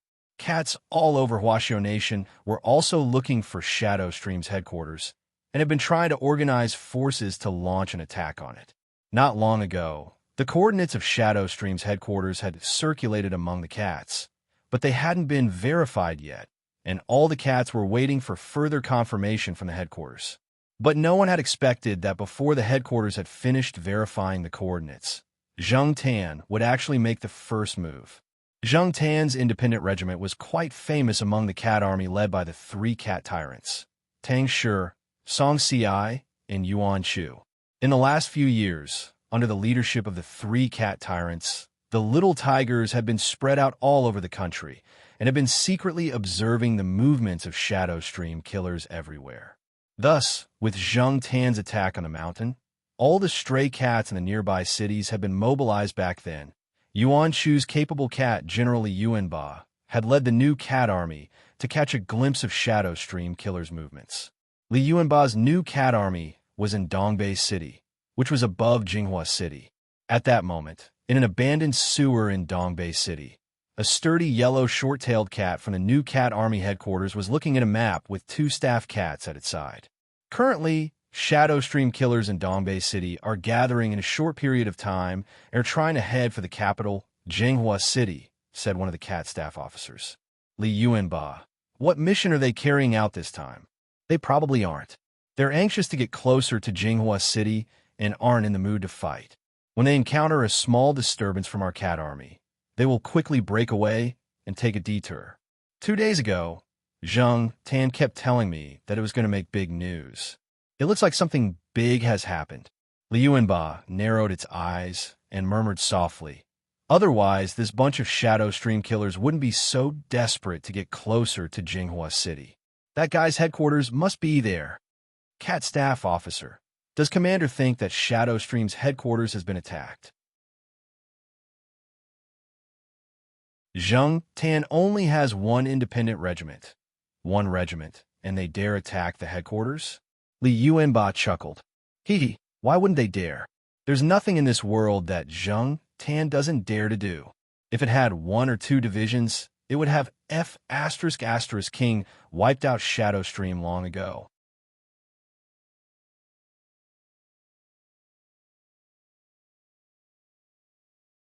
Chapter 169. Sitting cross-legged on the ground, Li Yuanba slapped its thigh with its thick cat paws. Pass on my order. The entire regiment is to assemble immediately. Use harassment tactics with 0 casualties and do everything in your power to delay this group of Shadow Stream killers. We must delay them all before Zhang Tan officially attacks Shadow Stream's command center. Staff Officer Cat. Regiment Commander, should we ask our superiors? The corner of Li Yuanba's mouth twitched. Ask for instructions? There's no time for that. Opportunities change in the blink of an eye and are fleeting. The old chief is so busy. Let's not disturb him. Rather than miss a good opportunity, it's better to attack decisively. Even if this group of people is going to offer birthday congratulations, we can't let them succeed. The cat staff officer was immediately speechless, because it seemed to already see the end. In fact, all the cats in the regiment could guess that, given the relationship between Li Yuanba and Zhang Tan, as long as Zhang Tan took action, even if it hadn't informed Li Yuanba beforehand, as long as Li Yuanba heard the news, it would definitely give its full support. This tacit understanding, which didn't require any words, was something that Zhang Tan and Li Yuanba had cultivated under the 3 cat tyrants back then. Common cats couldn't understand this ironclad tacit understanding and friendship at all. The cat staff officer next to Li Yuanba sighed in its heart. With Li Yuanba's attack, there would probably be a chain reaction among the stray cat regiments in nearby cities, and the stray cats in several cities would be thrown into chaos. Furthermore, was it really possible to achieve 0 casualties? Of course, Li Yuanba wasn't Zhang Tan's only hardcore brother. Everyone knew that the 3 cat tyrants Tang Shi, Song Si, and Yuan Chu had cultivated the 4 great guardian deities back then. Zhang Tan was a soldier under Thunderbolt Tiger Tang Shi. Li Yuanba was a soldier under Obedient Tiger Yuan Chu, and the last little handsome tiger, Song Si, had cultivated the remaining 2 great guardian deities, Yin Fei and Ahuang. Yin Fei and Zhang Tan's fate had started with the color of their fur. They were both black cats. However, Yin Fei's chest hair and the fur on all 4 feet were white, and it was a treading on snow cat. Some people said that Yin Fei's breed was treading on snow on all 4s. Back then, Yin Fei and Zhang Tan had trained and carried out missions together at night, and thus had established a deep relationship. Now, Zhang Tan had become the commander of an independent regiment, while Yin Fei was also leading another regiment. Regiment number 358. This number had a special meaning for Yin Fei. Back then, it had carried out exactly 358 missions with Zhang Tan. Yin Fei's regiment 358 was probably the closest geographically to Zhang Tan's independent regiment, as they were both in Songhai City. Zhang Tan found a tree hole to be the regiment's headquarters, while Yin Fei found a shit-shoveling officer who was willing to do everything for it and lived comfortably in the villa. This large villa was the headquarters of Yin Fei's 358th Regiment. The neatly arranged cat house in the backyard of the villa belonged to Yin Fei's subordinates. Of course, these cat houses had all been developed, just like Zhang Tan's tree hole. There were many different types of cat houses, such as those for the cavalry, those for the infantry, and those for the artillery. In Yin Fei's own command center, after Zhang Tan had left Songhai City to launch an attack, and Li Yuanba had issued an order for reinforcements, Yin Fei was the third person to realize this large-scale battle. In Regiment 358's headquarters, Yin Fei was looking at a map. Which guy is so bold as to actually launch an independent battle?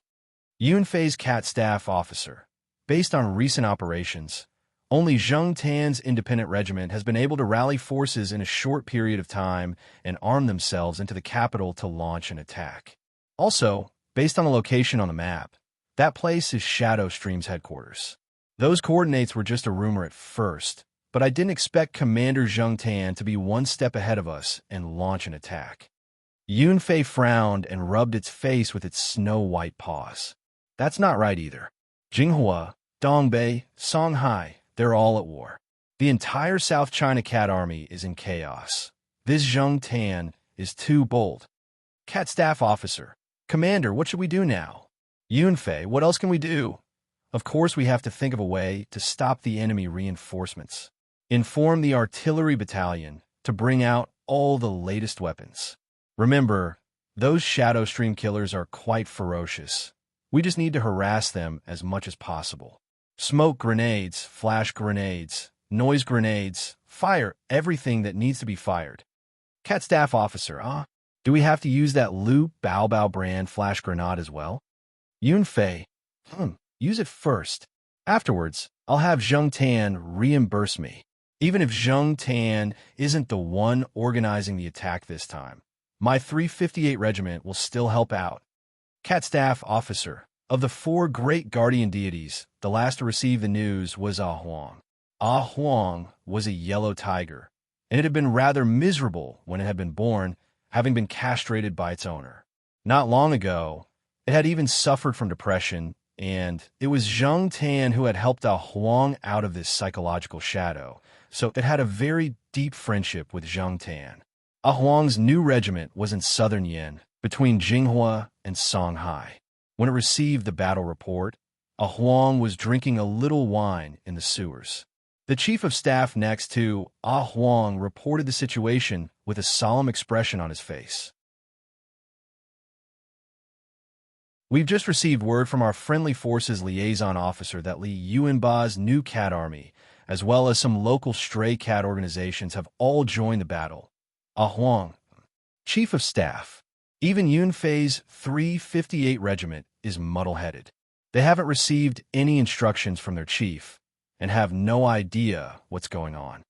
Ah Huang, it must be that guy Zheng Tan. That guy is F*** King stirring up trouble again. Chief of Staff, does Commander think Commander Zheng Tan is making a move? The coordinates of that place seem to have only recently been confirmed to be Shadow Stream's headquarters. The chief hasn't given any instructions yet, but that guy is actually making a move ahead of time? Who knows what that guy is thinking? Its independent regiment has a grudge with Shadow Stream to begin with. Maybe it's trying to gain the initiative by striking first. Ah Huang wagged its tail and chuckled. I've been mobilized by this guy's attack. It's even more awesome than the chief. In an apartment in downtown Jinghua, the bureau chief cat Thunderbolt Tiger Tang Shi was on the phone, so angry that its fur was standing on end. What the hell is going on? If you don't even know what's going on, then what are you doing? Is your head made of a chamber pot? Obedient tiger Yunxiu pressed its hands on the table with a pained expression. What's going on? Why did they all start fighting without even reporting to each other? Who's commanding the battle? F***K. They should have at least played a game before fighting. Who can tell me what the hell is going on? Omnipotent, immortal Meow? If only you were here. Song Ci heaved a helpless sigh. As soon as it said this, there was a flash of spirit light and a cloud of smoke in the apartment, and a snow-white Persian cat appeared in front of the 3 cat tyrants. Wang Ling, who had transformed into a white Persian cat, floated in the air. The moment it saw the 3 cat tyrants, it heaved a slight sigh of relief.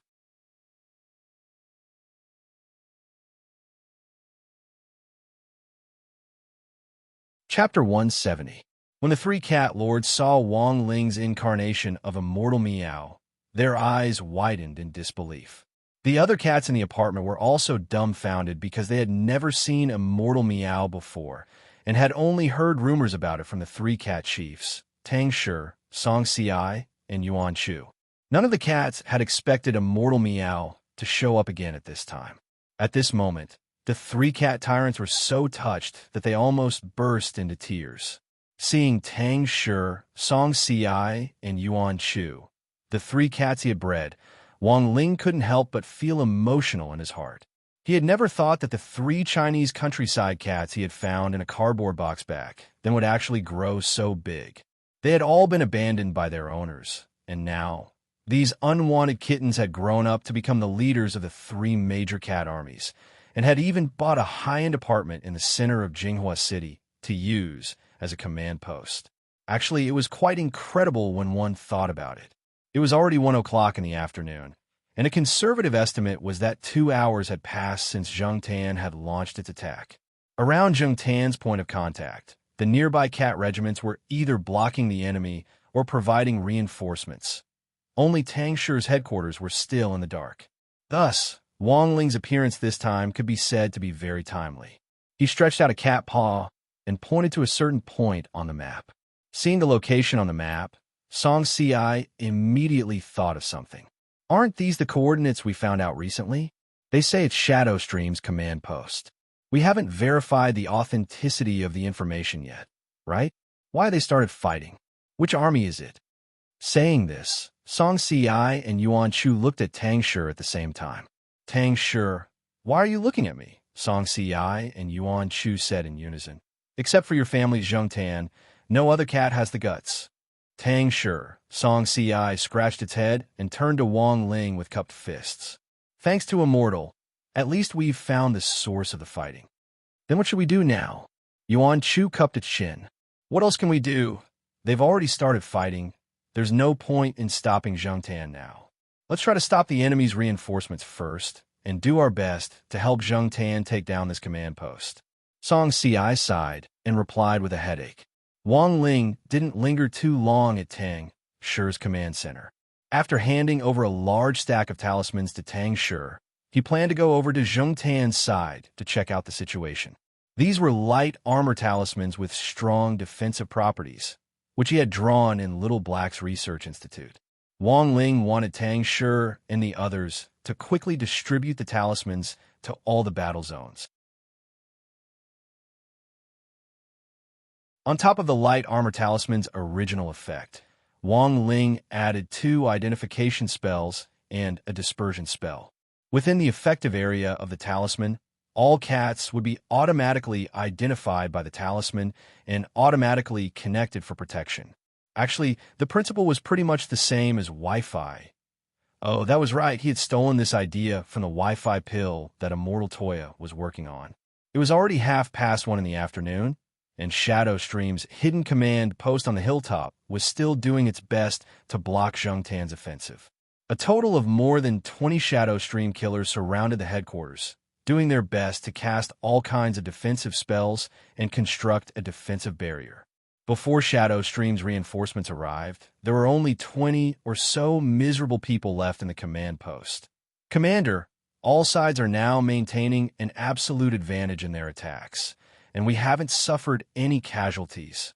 Battalion 1 Commander the Monk was giving a brief report to Zheng Tan, who was commanding from the rear. Everything was within Zheng Tan's expectations. There weren't many people in Shadow Stream's command post to begin with, even though some of them had higher realms. But once they were on the defensive, this realm was useless here. This group of killers was best at going around the back, stabbing and bursting out. As long as they could defend against this, they would be trapped on the hilltop and forced to construct a defensive array. This battle plan would already be halfway to success. Do we have enough artillery shells? Zheng Tan asked as it raised its high-powered military binoculars and looked at the hilltop. Enough. 2nd Battalion Commander brought a lot this time. The monk replied. Zheng Tan, that's good. This time, our regiment has brought a total of 30 Yadali cannons, which gives us a sufficient advantage in terms of firepower. Pass on my orders. Tell 2nd Battalion Commander not to be stingy with his artillery shells and to bombard us continuously. Yes, Commander, the monk replied. The continuous barrage of the Yadali cannons was very uncomfortable for the Shadow Stream killers on the hilltop, and they were doing their best to hold up the barrier. Feeling the fierce bombardment from outside, some of them felt their perlicus go numb from the shock. A Yadali cannon's durability was 10 times, and it would use up 1 time after firing 30 artillery shells.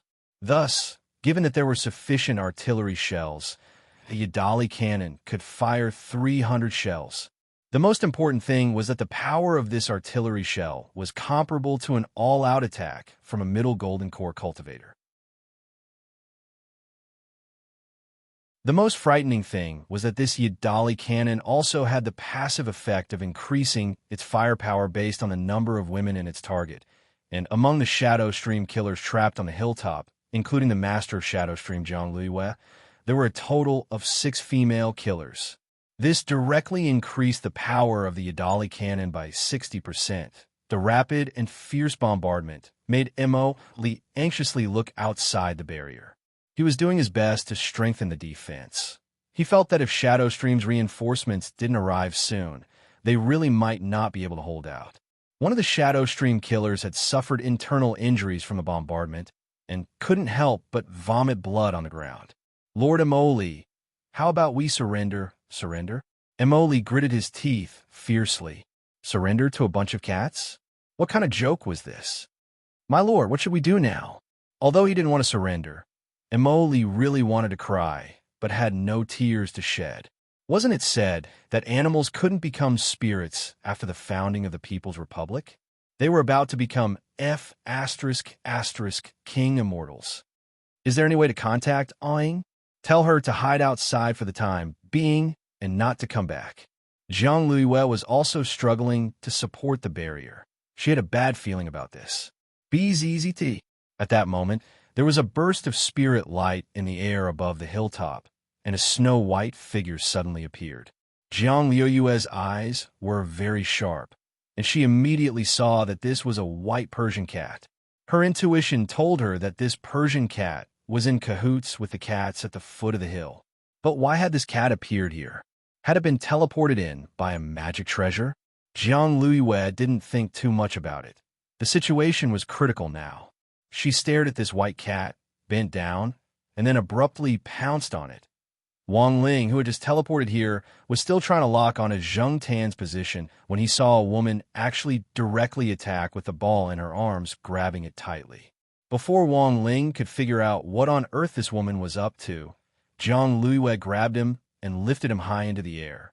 She then used a telepathic spell to shout down the hill. Cats at the foot of the hill, listen up. This little brother of yours is now our kitty pledge. Please stop your attacks. Otherwise, my venerable self will immediately kill him. Wang Ling.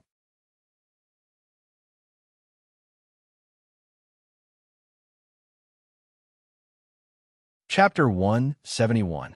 Because of Zhang Luiyue's threat, the bombardment stopped. Didn't I say everyone stay in position and attack with artillery fire? Who ran to the top of the mountain for me? Zhang Tan had never expected that there would actually be a flaw in its plan here. Grabbing its binoculars, the lens quickly swept toward the top of the mountain. Let me see which bastard it is. Then Zhang Tan saw the snow-white figure in the woman's arms at the top of the mountain. Meow. Immortal Meow. This time, Zhang Tan was dumbfounded. When Wang Ling had been caught by Zhang Luiyue, he had still been trying to sense Zhang Tan's aura. In the end, he discovered that clever Zhang Tan was still cowering at the foot of the mountain, and he instantly breathed a sigh of relief. At the same time, he marveled at Zhang Tan's command. Commanding tens of thousands of cats in battle, Zhang Tan had actually managed to achieve 0 casualties. Not only that, this group of Shadow Stream killers had been forced to cower at the top of the mountain by Zhang Tan's independent regiment's Yadali cannon and didn't dare come down at all. Wang Ling realized that he had been worried for nothing. Zhang Tan had grown much faster than he had imagined. Turning his head to look at the woman holding him to her chest, Wang Ling knew that this was the legendary master of Shadow Stream. But the strange thing was that Wang Ling felt that the other party's aura was very weak. Because according to the rumors, the real master of Shadow Stream should be at the soul formation stage at the very least. With this question in mind, Wang Ling opened his heavenly eye. As he had expected, this master of Shadow Stream wasn't real, or rather, it wasn't the original body at all. It was just a clone created from spirit power clay. Compared with Wang Ling's great separation spell, the clone created from spirit power clay had a more stable material structure and there was no need to worry about the clone disappearing. But the disadvantage was that this clone could only be absorbed when it was close to the original body. If the clone was damaged while it was outside, the realm of the original body would also be affected. No wonder this woman had been trapped on the top of the mountain and didn't dare come down. If this was the Master of Shadow Stream's original body, Zheng Tan's Yadali cannon might not have been able to do anything to the other party. This was a rather treacherous woman. In order to keep her original body from being exposed, she had actually made this insurance. It could only be said that as the real master of Shadow Stream, Jiang Luiyue was more cautious than most people thought. Even so, there was one thing that Jiang Luiyue couldn't guard against.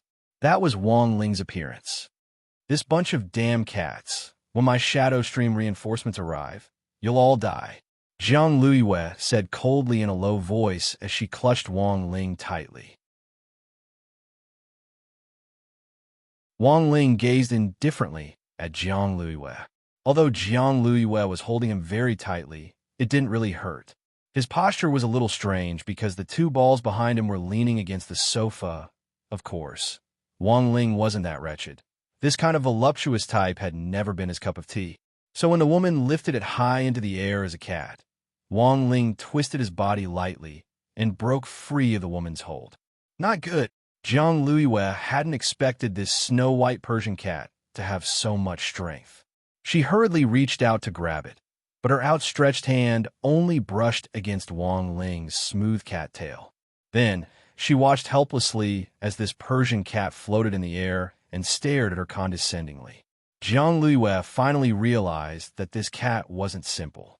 Sure enough, to suddenly appear on this mountaintop, did he rely on some magic treasure to teleport here? Who on earth are you? She also looked at Wang Ling. Afterwards, what responded to her was a powerful spiritual pressure that poured down like a flood.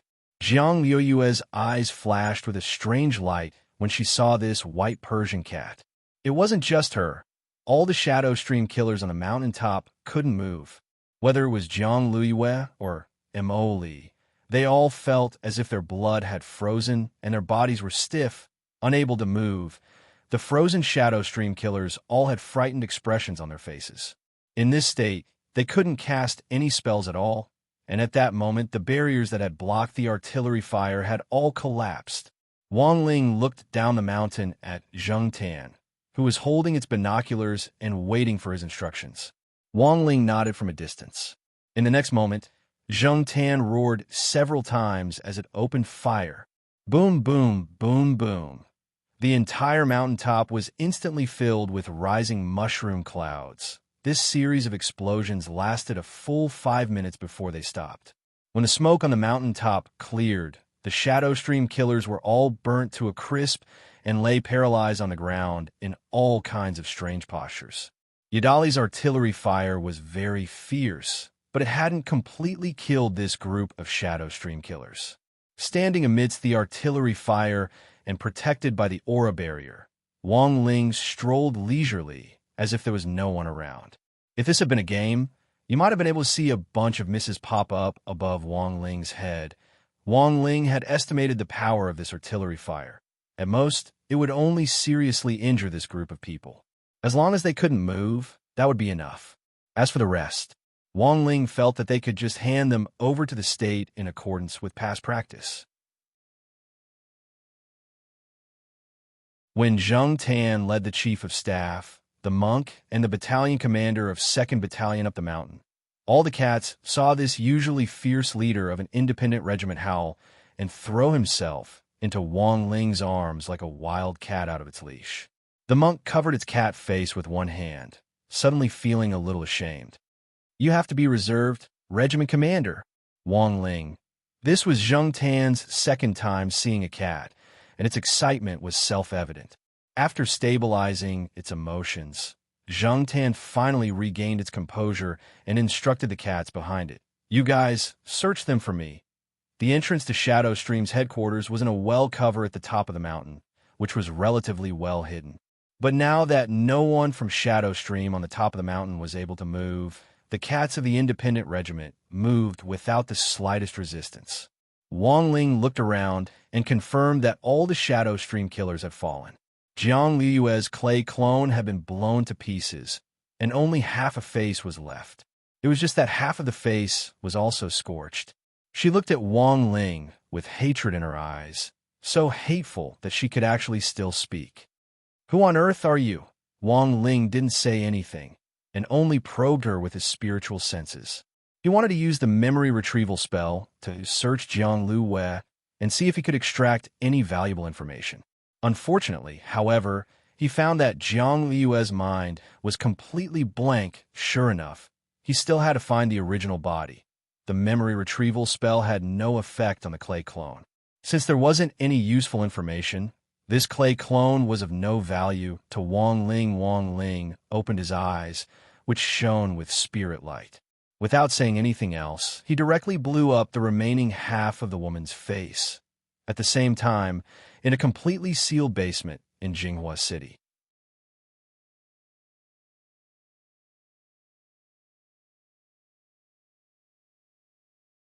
Chapter 172. In the secret underground room, Jiang Liyue clutched her chest as she struggled to adjust her breathing and rhythm, gritting her teeth in pain. The pain from the backlash from the destruction of the clay clone had inflicted unprecedented damage on her body. Her face was green and red from the pain, and she had even bitten her lip until it bled. At the same time, she endured the pain and cast a spirit talisman. Ah, Ing, hurry up and recover. This was the life talisman, which had once been linked to Jiang Liyue's soul and could share her location after being cast. Jiang Liyue had been controlling her clay clone earlier and hadn't had the time to use this life talisman to contact Jiang Liyue. She hoped that Jiang Liyue wouldn't go near Shadow Stream's headquarters, which had already been taken over by a large group of cats. But the life talisman floated in the air, and there was no response for a long time. The master of Shadow Stream pounded the ground in resentment. It was already too late. The monk and a group of cats rummaged through Shadow Stream's headquarters for a long time, and only seized some immortal elixirs and spirit medicines, as well as one-time use magic treasures. These magic treasures were used by Shadow Stream killers for assassination missions, and actually weren't of much use to a cat group like the Independent Regiment, which relied on direct firepower output. Apart from this, there were boxes upon boxes of money. There were stacks upon stacks of 100 yuan bills in the boxes, and there were dozens of them. There were also some gold bricks and antiques. The monk made a rough estimate. If these things were converted into HNY, they would be worth at least several billion. Wang Ling was deeply shocked by such an enormous amount of money. He felt that this was definitely the master of Shadow Stream's bad taste. From a cultivator's point of view, they often viewed worldly money as worthless. In Huaxiao Nation, HNY was still the most common currency, and anything could be bought in HNY. However, for cultivators, HNY was generally used for daily necessities. If they wanted to buy a magic treasure, they would usually trade it in elixirs or magic treasures of equivalent value, which was more intuitive and easier to understand. Otherwise, it would be very troublesome to count millions or even tens of millions of dollars worth of money. Oh, by the way, it was worth mentioning that Father Wang had bought the Chanel brand magic sword for Wang Ling back then, with gritted teeth and 3 million yuan on his back. In order to count these coins, the salesperson at the flagship store of Chanel's Legend of the Sword and Fairy spent a full 3 hours. In the end, this immortal sword hadn't even warmed up in Wang Ling's hands when he broke it with a crack. "Commander, we're rich." The monk's face was full of excitement as it reported what it had seized to Zhang Tan. "All right, keep these things properly. From now on, all the cats in our independent regiment will be able to drink big bowls of milk and eat big mouthfuls of fish." Zhang Tan put its hands on its hips proudly. "But, guild leader, there's something that looks very strange." As the monk spoke, he ordered the cats behind him to carry a stone box over. The stone box wasn't big, but it was quite heavy. 2 Foundation establishment stage cats could barely lift it. When the stone box was placed on the ground, it was obvious that the loose soil on the ground immediately sunk in. The monk stared at the stone box and said, "This thing was found in the innermost room of Shadow Stream's headquarters. It looks a little like an antique." Guild leader, do you know what it is? Wang Ling and Zheng Tan's gazes were focused on the stone box. It was squarish with curved corners and had neat patterns on all four sides. It looked like a work of art. The reason why it had attracted the attention of the monk and the other staff officer cats was that they could smell the faint scent of blood on the stone box. This thing has obviously been stained with blood, but I don't know what it is.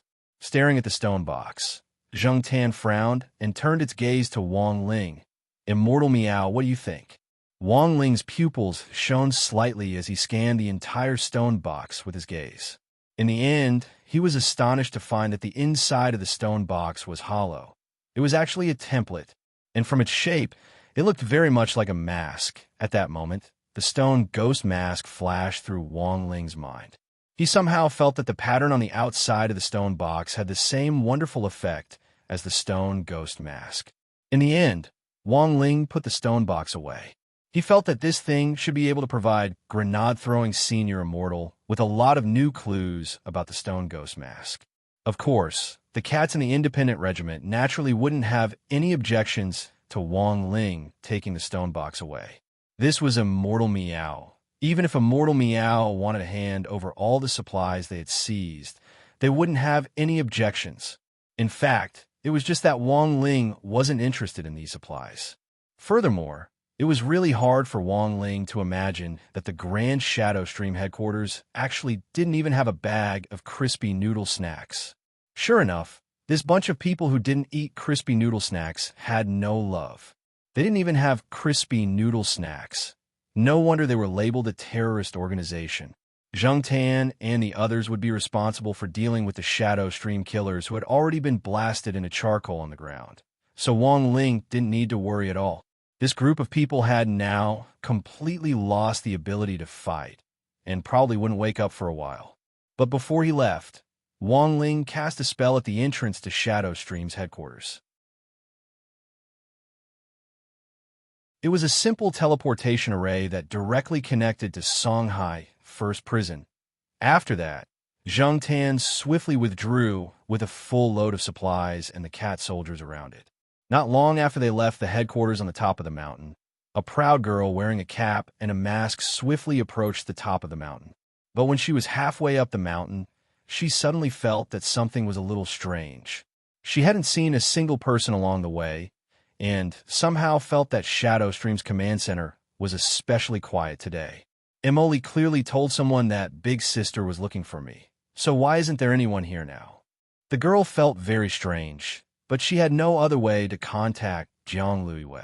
When she had escaped from the prison, she had accidentally lost the life talisman. It had probably been washed away in the sewers. The only way now was to go up to the top of the mountain and take a look. Maybe Big Sister was in a meeting. With this thought in mind, the girl continued to climb the mountain. But the closer she got to the top, the stranger her expression became. She smelled gunpowder smoke. Big Sister, Jiang Luiying, gritted her teeth anxiously and rushed to the top of the mountain in a few quick strides. She quickly found the entrance to the headquarters, opened the manhole cover, and jumped down. It was at that moment that the girl finally realized that she had fallen into a trap. But it was already too late. With a burst of glazed light, the girl felt herself enter a space tunnel. After jumping for a while, she fell into a black hole. When the light around her dissipated, the girl had already appeared on a brand new map.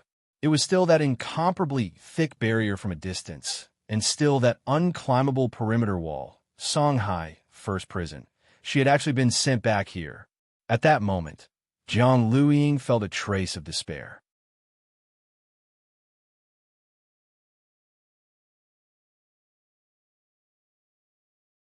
Chapter 173.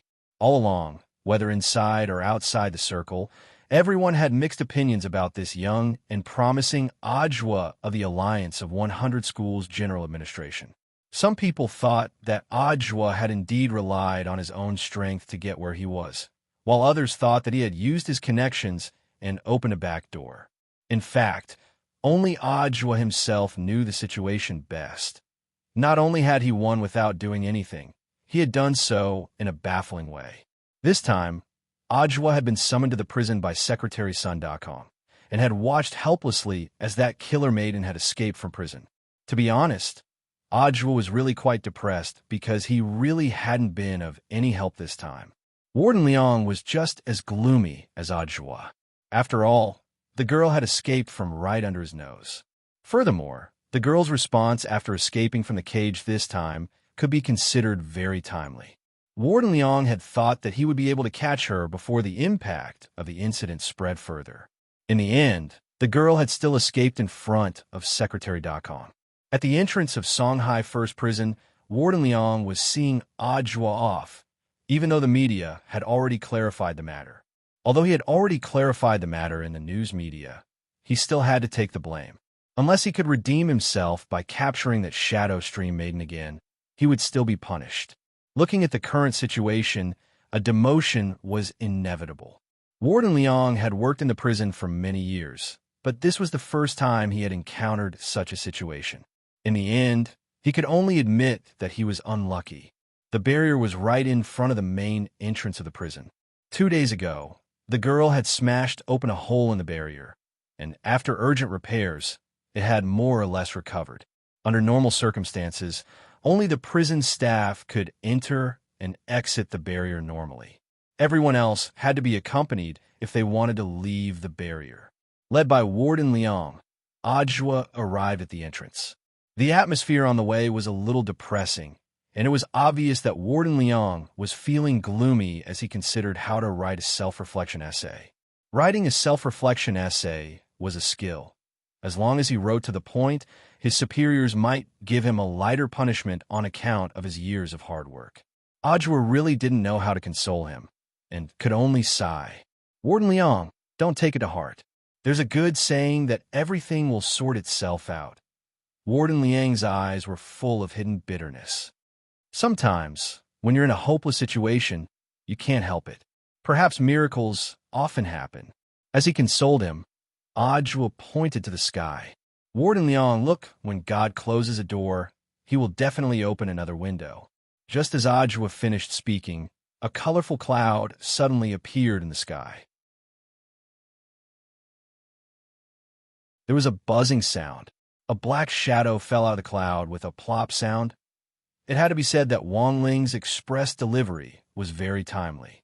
And so just like that, Jiang Luiying was caught once again.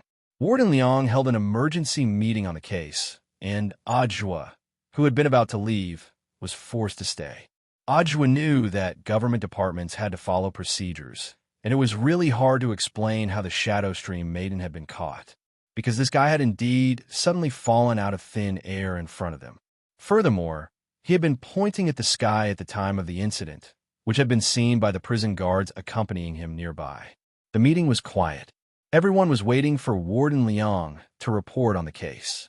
The old secretary sat on one side, drinking tea, looking like he was watching a show. In fact, most of the people had already spread the general situation in private, and they had more or less understood it. Ajwa lowered his head and fidgeted uneasily, as he had a bad feeling about it. Warden Leong opened his mouth. The jailbreak incident this time was resolved so quickly. Of course, our colleagues from all departments in Songhai First Prison worked together to search for Jiang Luiying. Of course, the person we should thank the most is our director, Zhua. Speaking up to this point, Warden Leong couldn't help the tears welling up in his eyes. To be honest, I misunderstood Director Zhua before, but Director Zhua's performance was truly flabbergasting. For our Huaxiao nation to have an official like Director Zhua, who cares about the people and is quietly working behind the scenes, is truly a great blessing for the government and the people. Ajwa, Warden Leong, I think we should give Director Zhua a first-class merit this time. Ajwa, actually, all right, little Zhuazi, don't be modest. A meritorious deed is a meritorious deed. You were the one who arranged for the person to be arrested last time, but in the end, you're still being modest. It's good to be humble, but you should also be frank about your meritorious deed. The old secretary directly interrupted Ajwa and looked at him with unprecedented kindness in his eyes. Sure enough, you didn't let me down. Ajwa nodded. And so, Ajwa had performed a meritorious deed again. The old secretary's words were worth 1,000 words. Ajwa also felt very helpless about this. Nowadays, whether it was good or bad comments, they all followed the trend. Furthermore, most people like to follow their first impressions and follow their own subjective perceptions to judge whether something was good or bad. Ajwa remembered that in the years when grenade-throwing senior Immortals Cultivation Forum had been in full swing, there had been a lot of cultivation forums that imitated this format. One of them was called Drops of the Sky. Back then, there had been two kinds of people in this forum. One was the hidden cultivation bigwigs, and the other was the legendary keyboard warriors called Shinnong cultivators. Most of these Shinnong cultivators were Jianghu hooligans with no experience in cultivation. They had no experience in cultivation at all, yet they liked to comment on cultivators' cultivation matters. When someone's pill furnace exploded, Shinnong cultivators would jump out and say that it had to be their elixir formula that was wrong. When a powerful family quarreled with each other, Shinnong cultivators would indiscriminately join in the fun. Once, someone who claimed to be a Shinnong cultivators certified by Huaxiao Nation pointed out a certain apothecary's elixir formula. In the end, when that apothecary's elixir hit the market, it received a lot of praise. Just like that so-called Shinnong cultivators alchemist was slapped in the face. The most important thing was that this Shinnong cultivators could still pretend to be indifferent and unperturbed, saying that they didn't care as they continued to follow other people's Weibo. Furthermore, Ajwa also realized that the funniest thing was that these Shinnong cultivators actually liked to take their own positions. As long as one person in the forum was attacked, they would think that the comment was an insult to them. Then they would immediately gang up on that person, fighting inside and outside the circle. In the end, the post would be filled with a foul atmosphere. Now, this cultivation forum had already fallen into decline. After the jailbreak incident this time, Ajwa deeply felt that his situation was in fact similar to this declining forum. Every time he rendered meritorious service, it was someone else who had set the pace, while he himself always had a blank expression on his face. With so many things bottled up in his heart, who should he turn to in the end?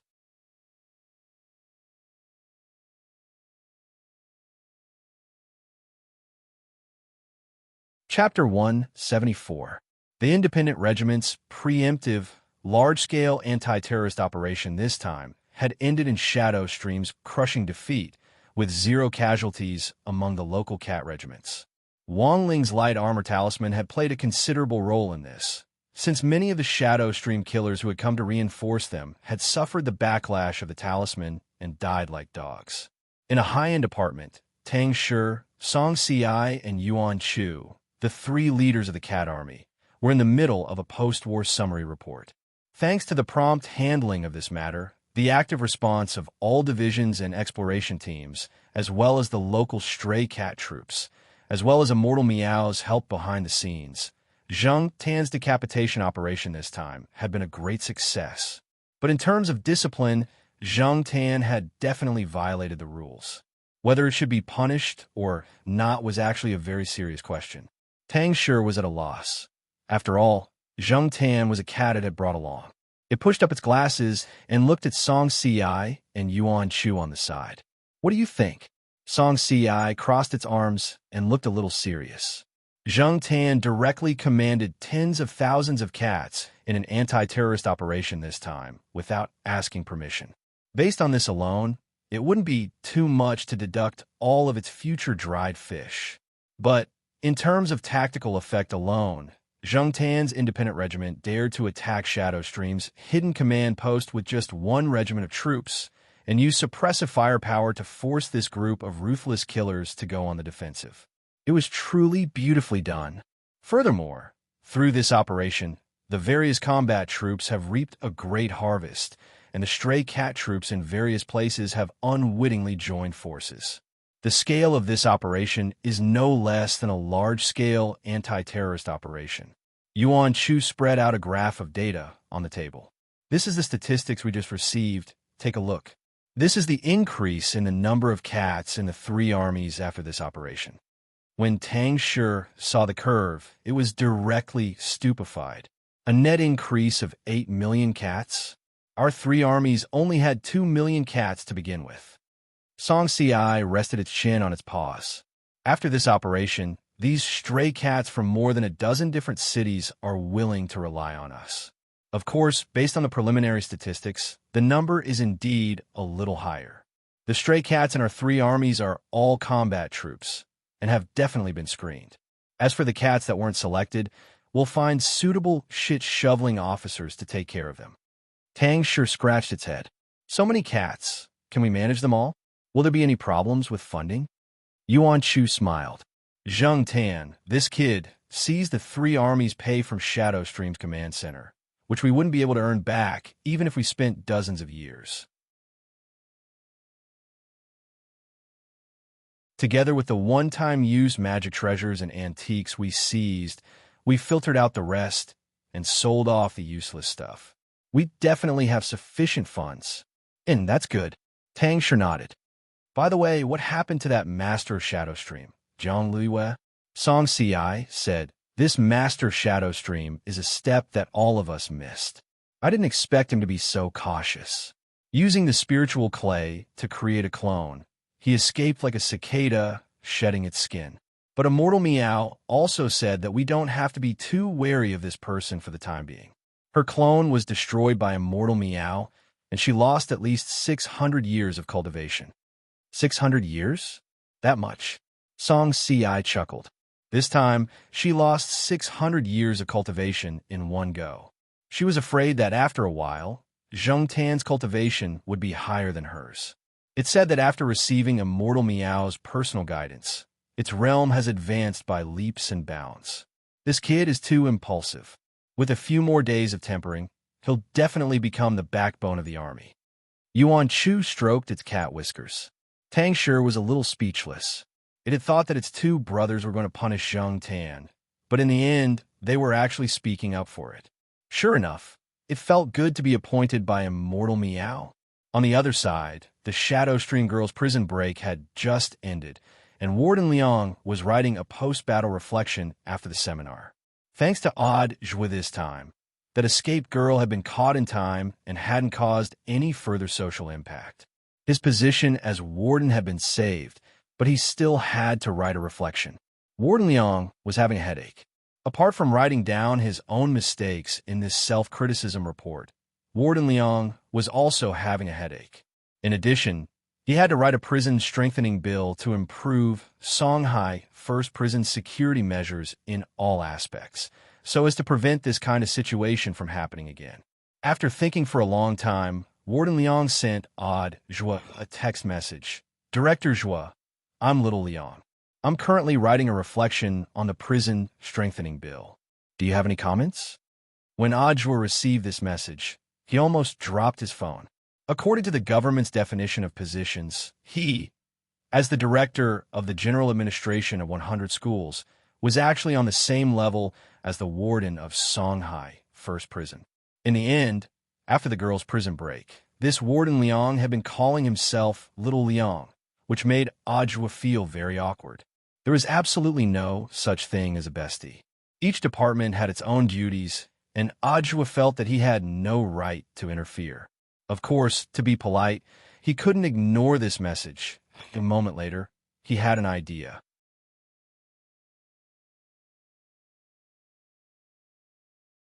He remembered that Heavenly Meow had a popular and trending mask, so he immediately took a screenshot of the shop and sent it to Warden Liang.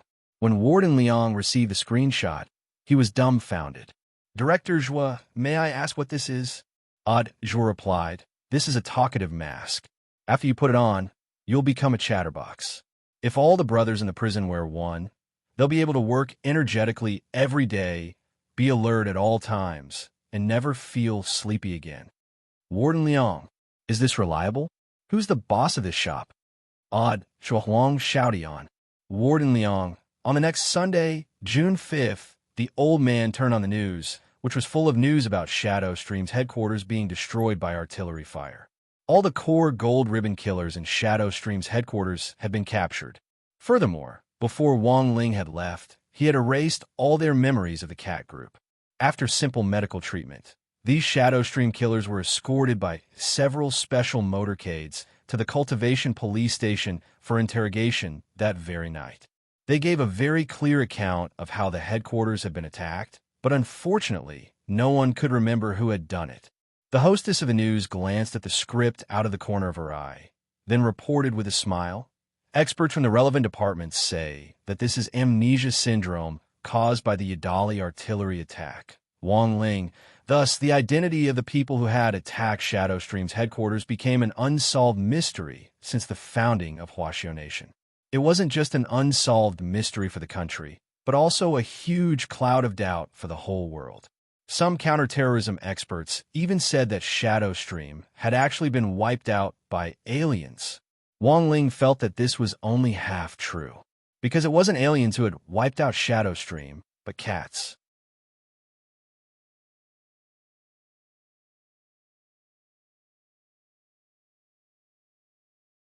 Chapter 175. It was June 6th on Monday in the 7th week of the semester. The topic of gossip in Grade 1, Class 3's morning self-study period this morning was naturally the series of events from the Shadow Stream girl's escape to her recapture. In fact, it wasn't just Grade 1, Class 3. It was likely that all the gossip in the streets and alleys these past few days had revolved around this matter. From a Shadow Stream girl's escape to the Shadow Stream Command Center being wiped out by a group of unknown people, to the capture of the Shadow Stream girl. This series of events, which was practically breaking international news, had happened in succession within 36 hours of the girl's escape. After this incident, there were a total of 2 people who became famous. One was Warden Liang of Songhai First Prison. Some people thought that the warden had deliberately released the Shadow Stream girl in order to catch a big fish with a long line. That was why there was such an explosive ending. The second person who became famous was Ajwa, from the Shadow Stream killers invading number 60 High and being completely wiped out, the killer girl being captured in number 59 High, and then this series of events. It seemed that all the recent news about Shadow Stream was inextricably linked to this young director of the General Administration of 100 Schools. After Dopey Gua finished copying his homework early in the morning, he started to think about this series of events, his small eyes mysterious. "I have an uncle who works in Songhai First Prison. He said that someone saw with their own eyes that the Shadow Stream girl fell out of a space tunnel that suddenly appeared out of nowhere.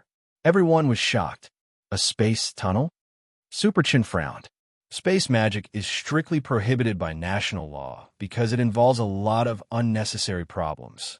Hence, there's a space tower in every major city to monitor the fluctuations in the city space." Dopigwan nodded and continued.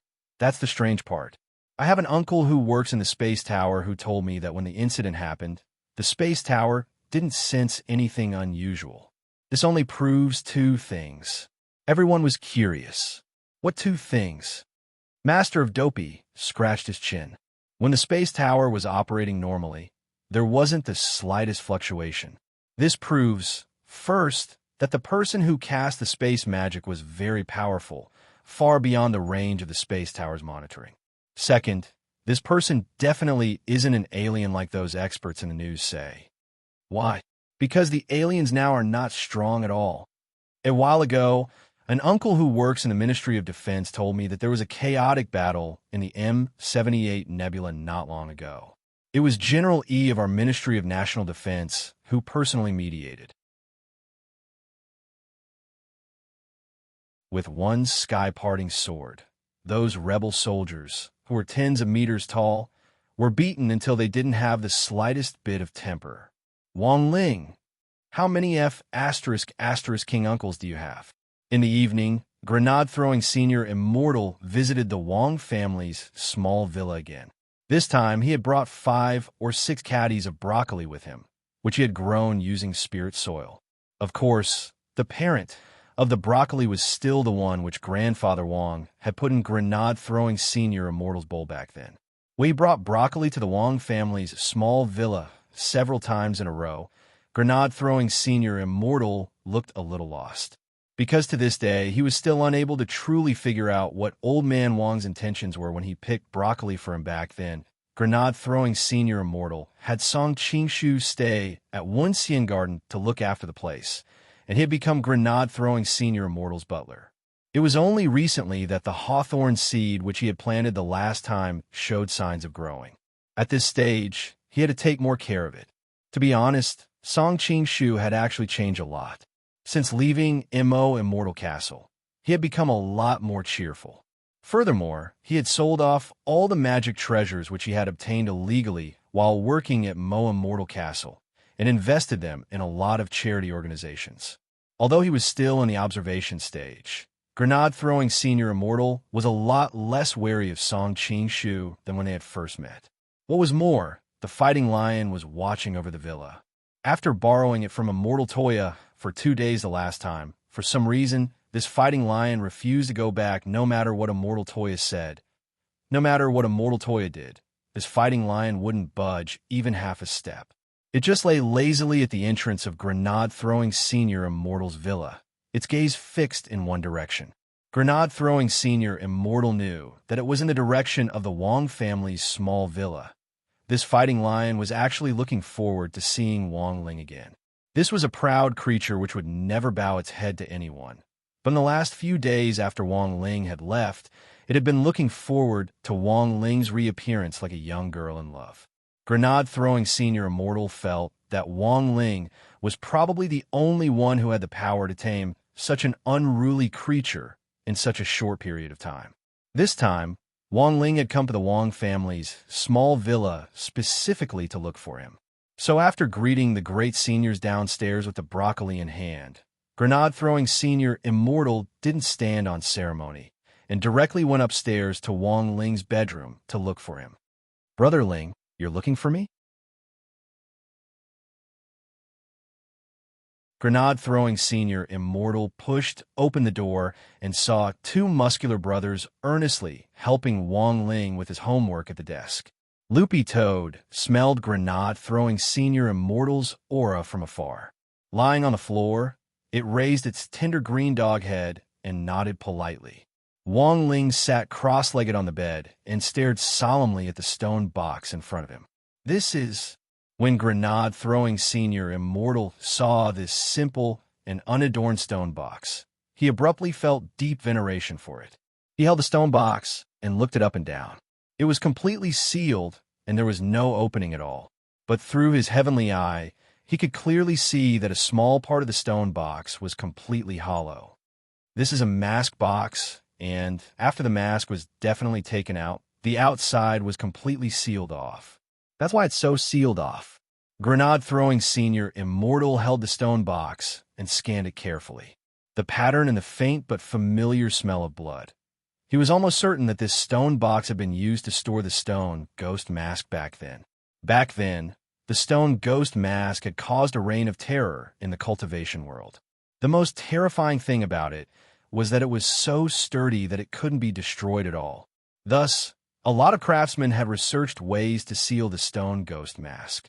It was very obvious that this mask was a product of that era, and had been specially developed by some craftsmen to seal the stone ghost mask. Furthermore, it was very obvious that the stone ghost mask had been sealed in this mask box for a period of time. It was just that someone had taken it out again at some point, and the outside of the mask had also been resealed. "Brother Ling, where did you find the stone box?" Grenade-throwing senior immortal was very curious. Wang Ling truthfully explained the stone box's origin through telepathy. Cat. Grenade-throwing senior immortal was stupefied. He finally knew the truth behind the destruction of Shadow Stream's headquarters, which had been reported in the news in the last 2 days. If this story was made public, who knew how many diligent cultivators would cover their faces and run away? You're tuning into the Romance Rendezvous YouTube channel. We're so grateful for your support, and don't forget to subscribe to join us on this incredible journey through captivating stories. Your generosity through donations truly makes a world of difference, as it's the primary source of revenue that allows me to expand and enhance this channel for you. Thank you from the bottom of my heart for being a part of this adventure.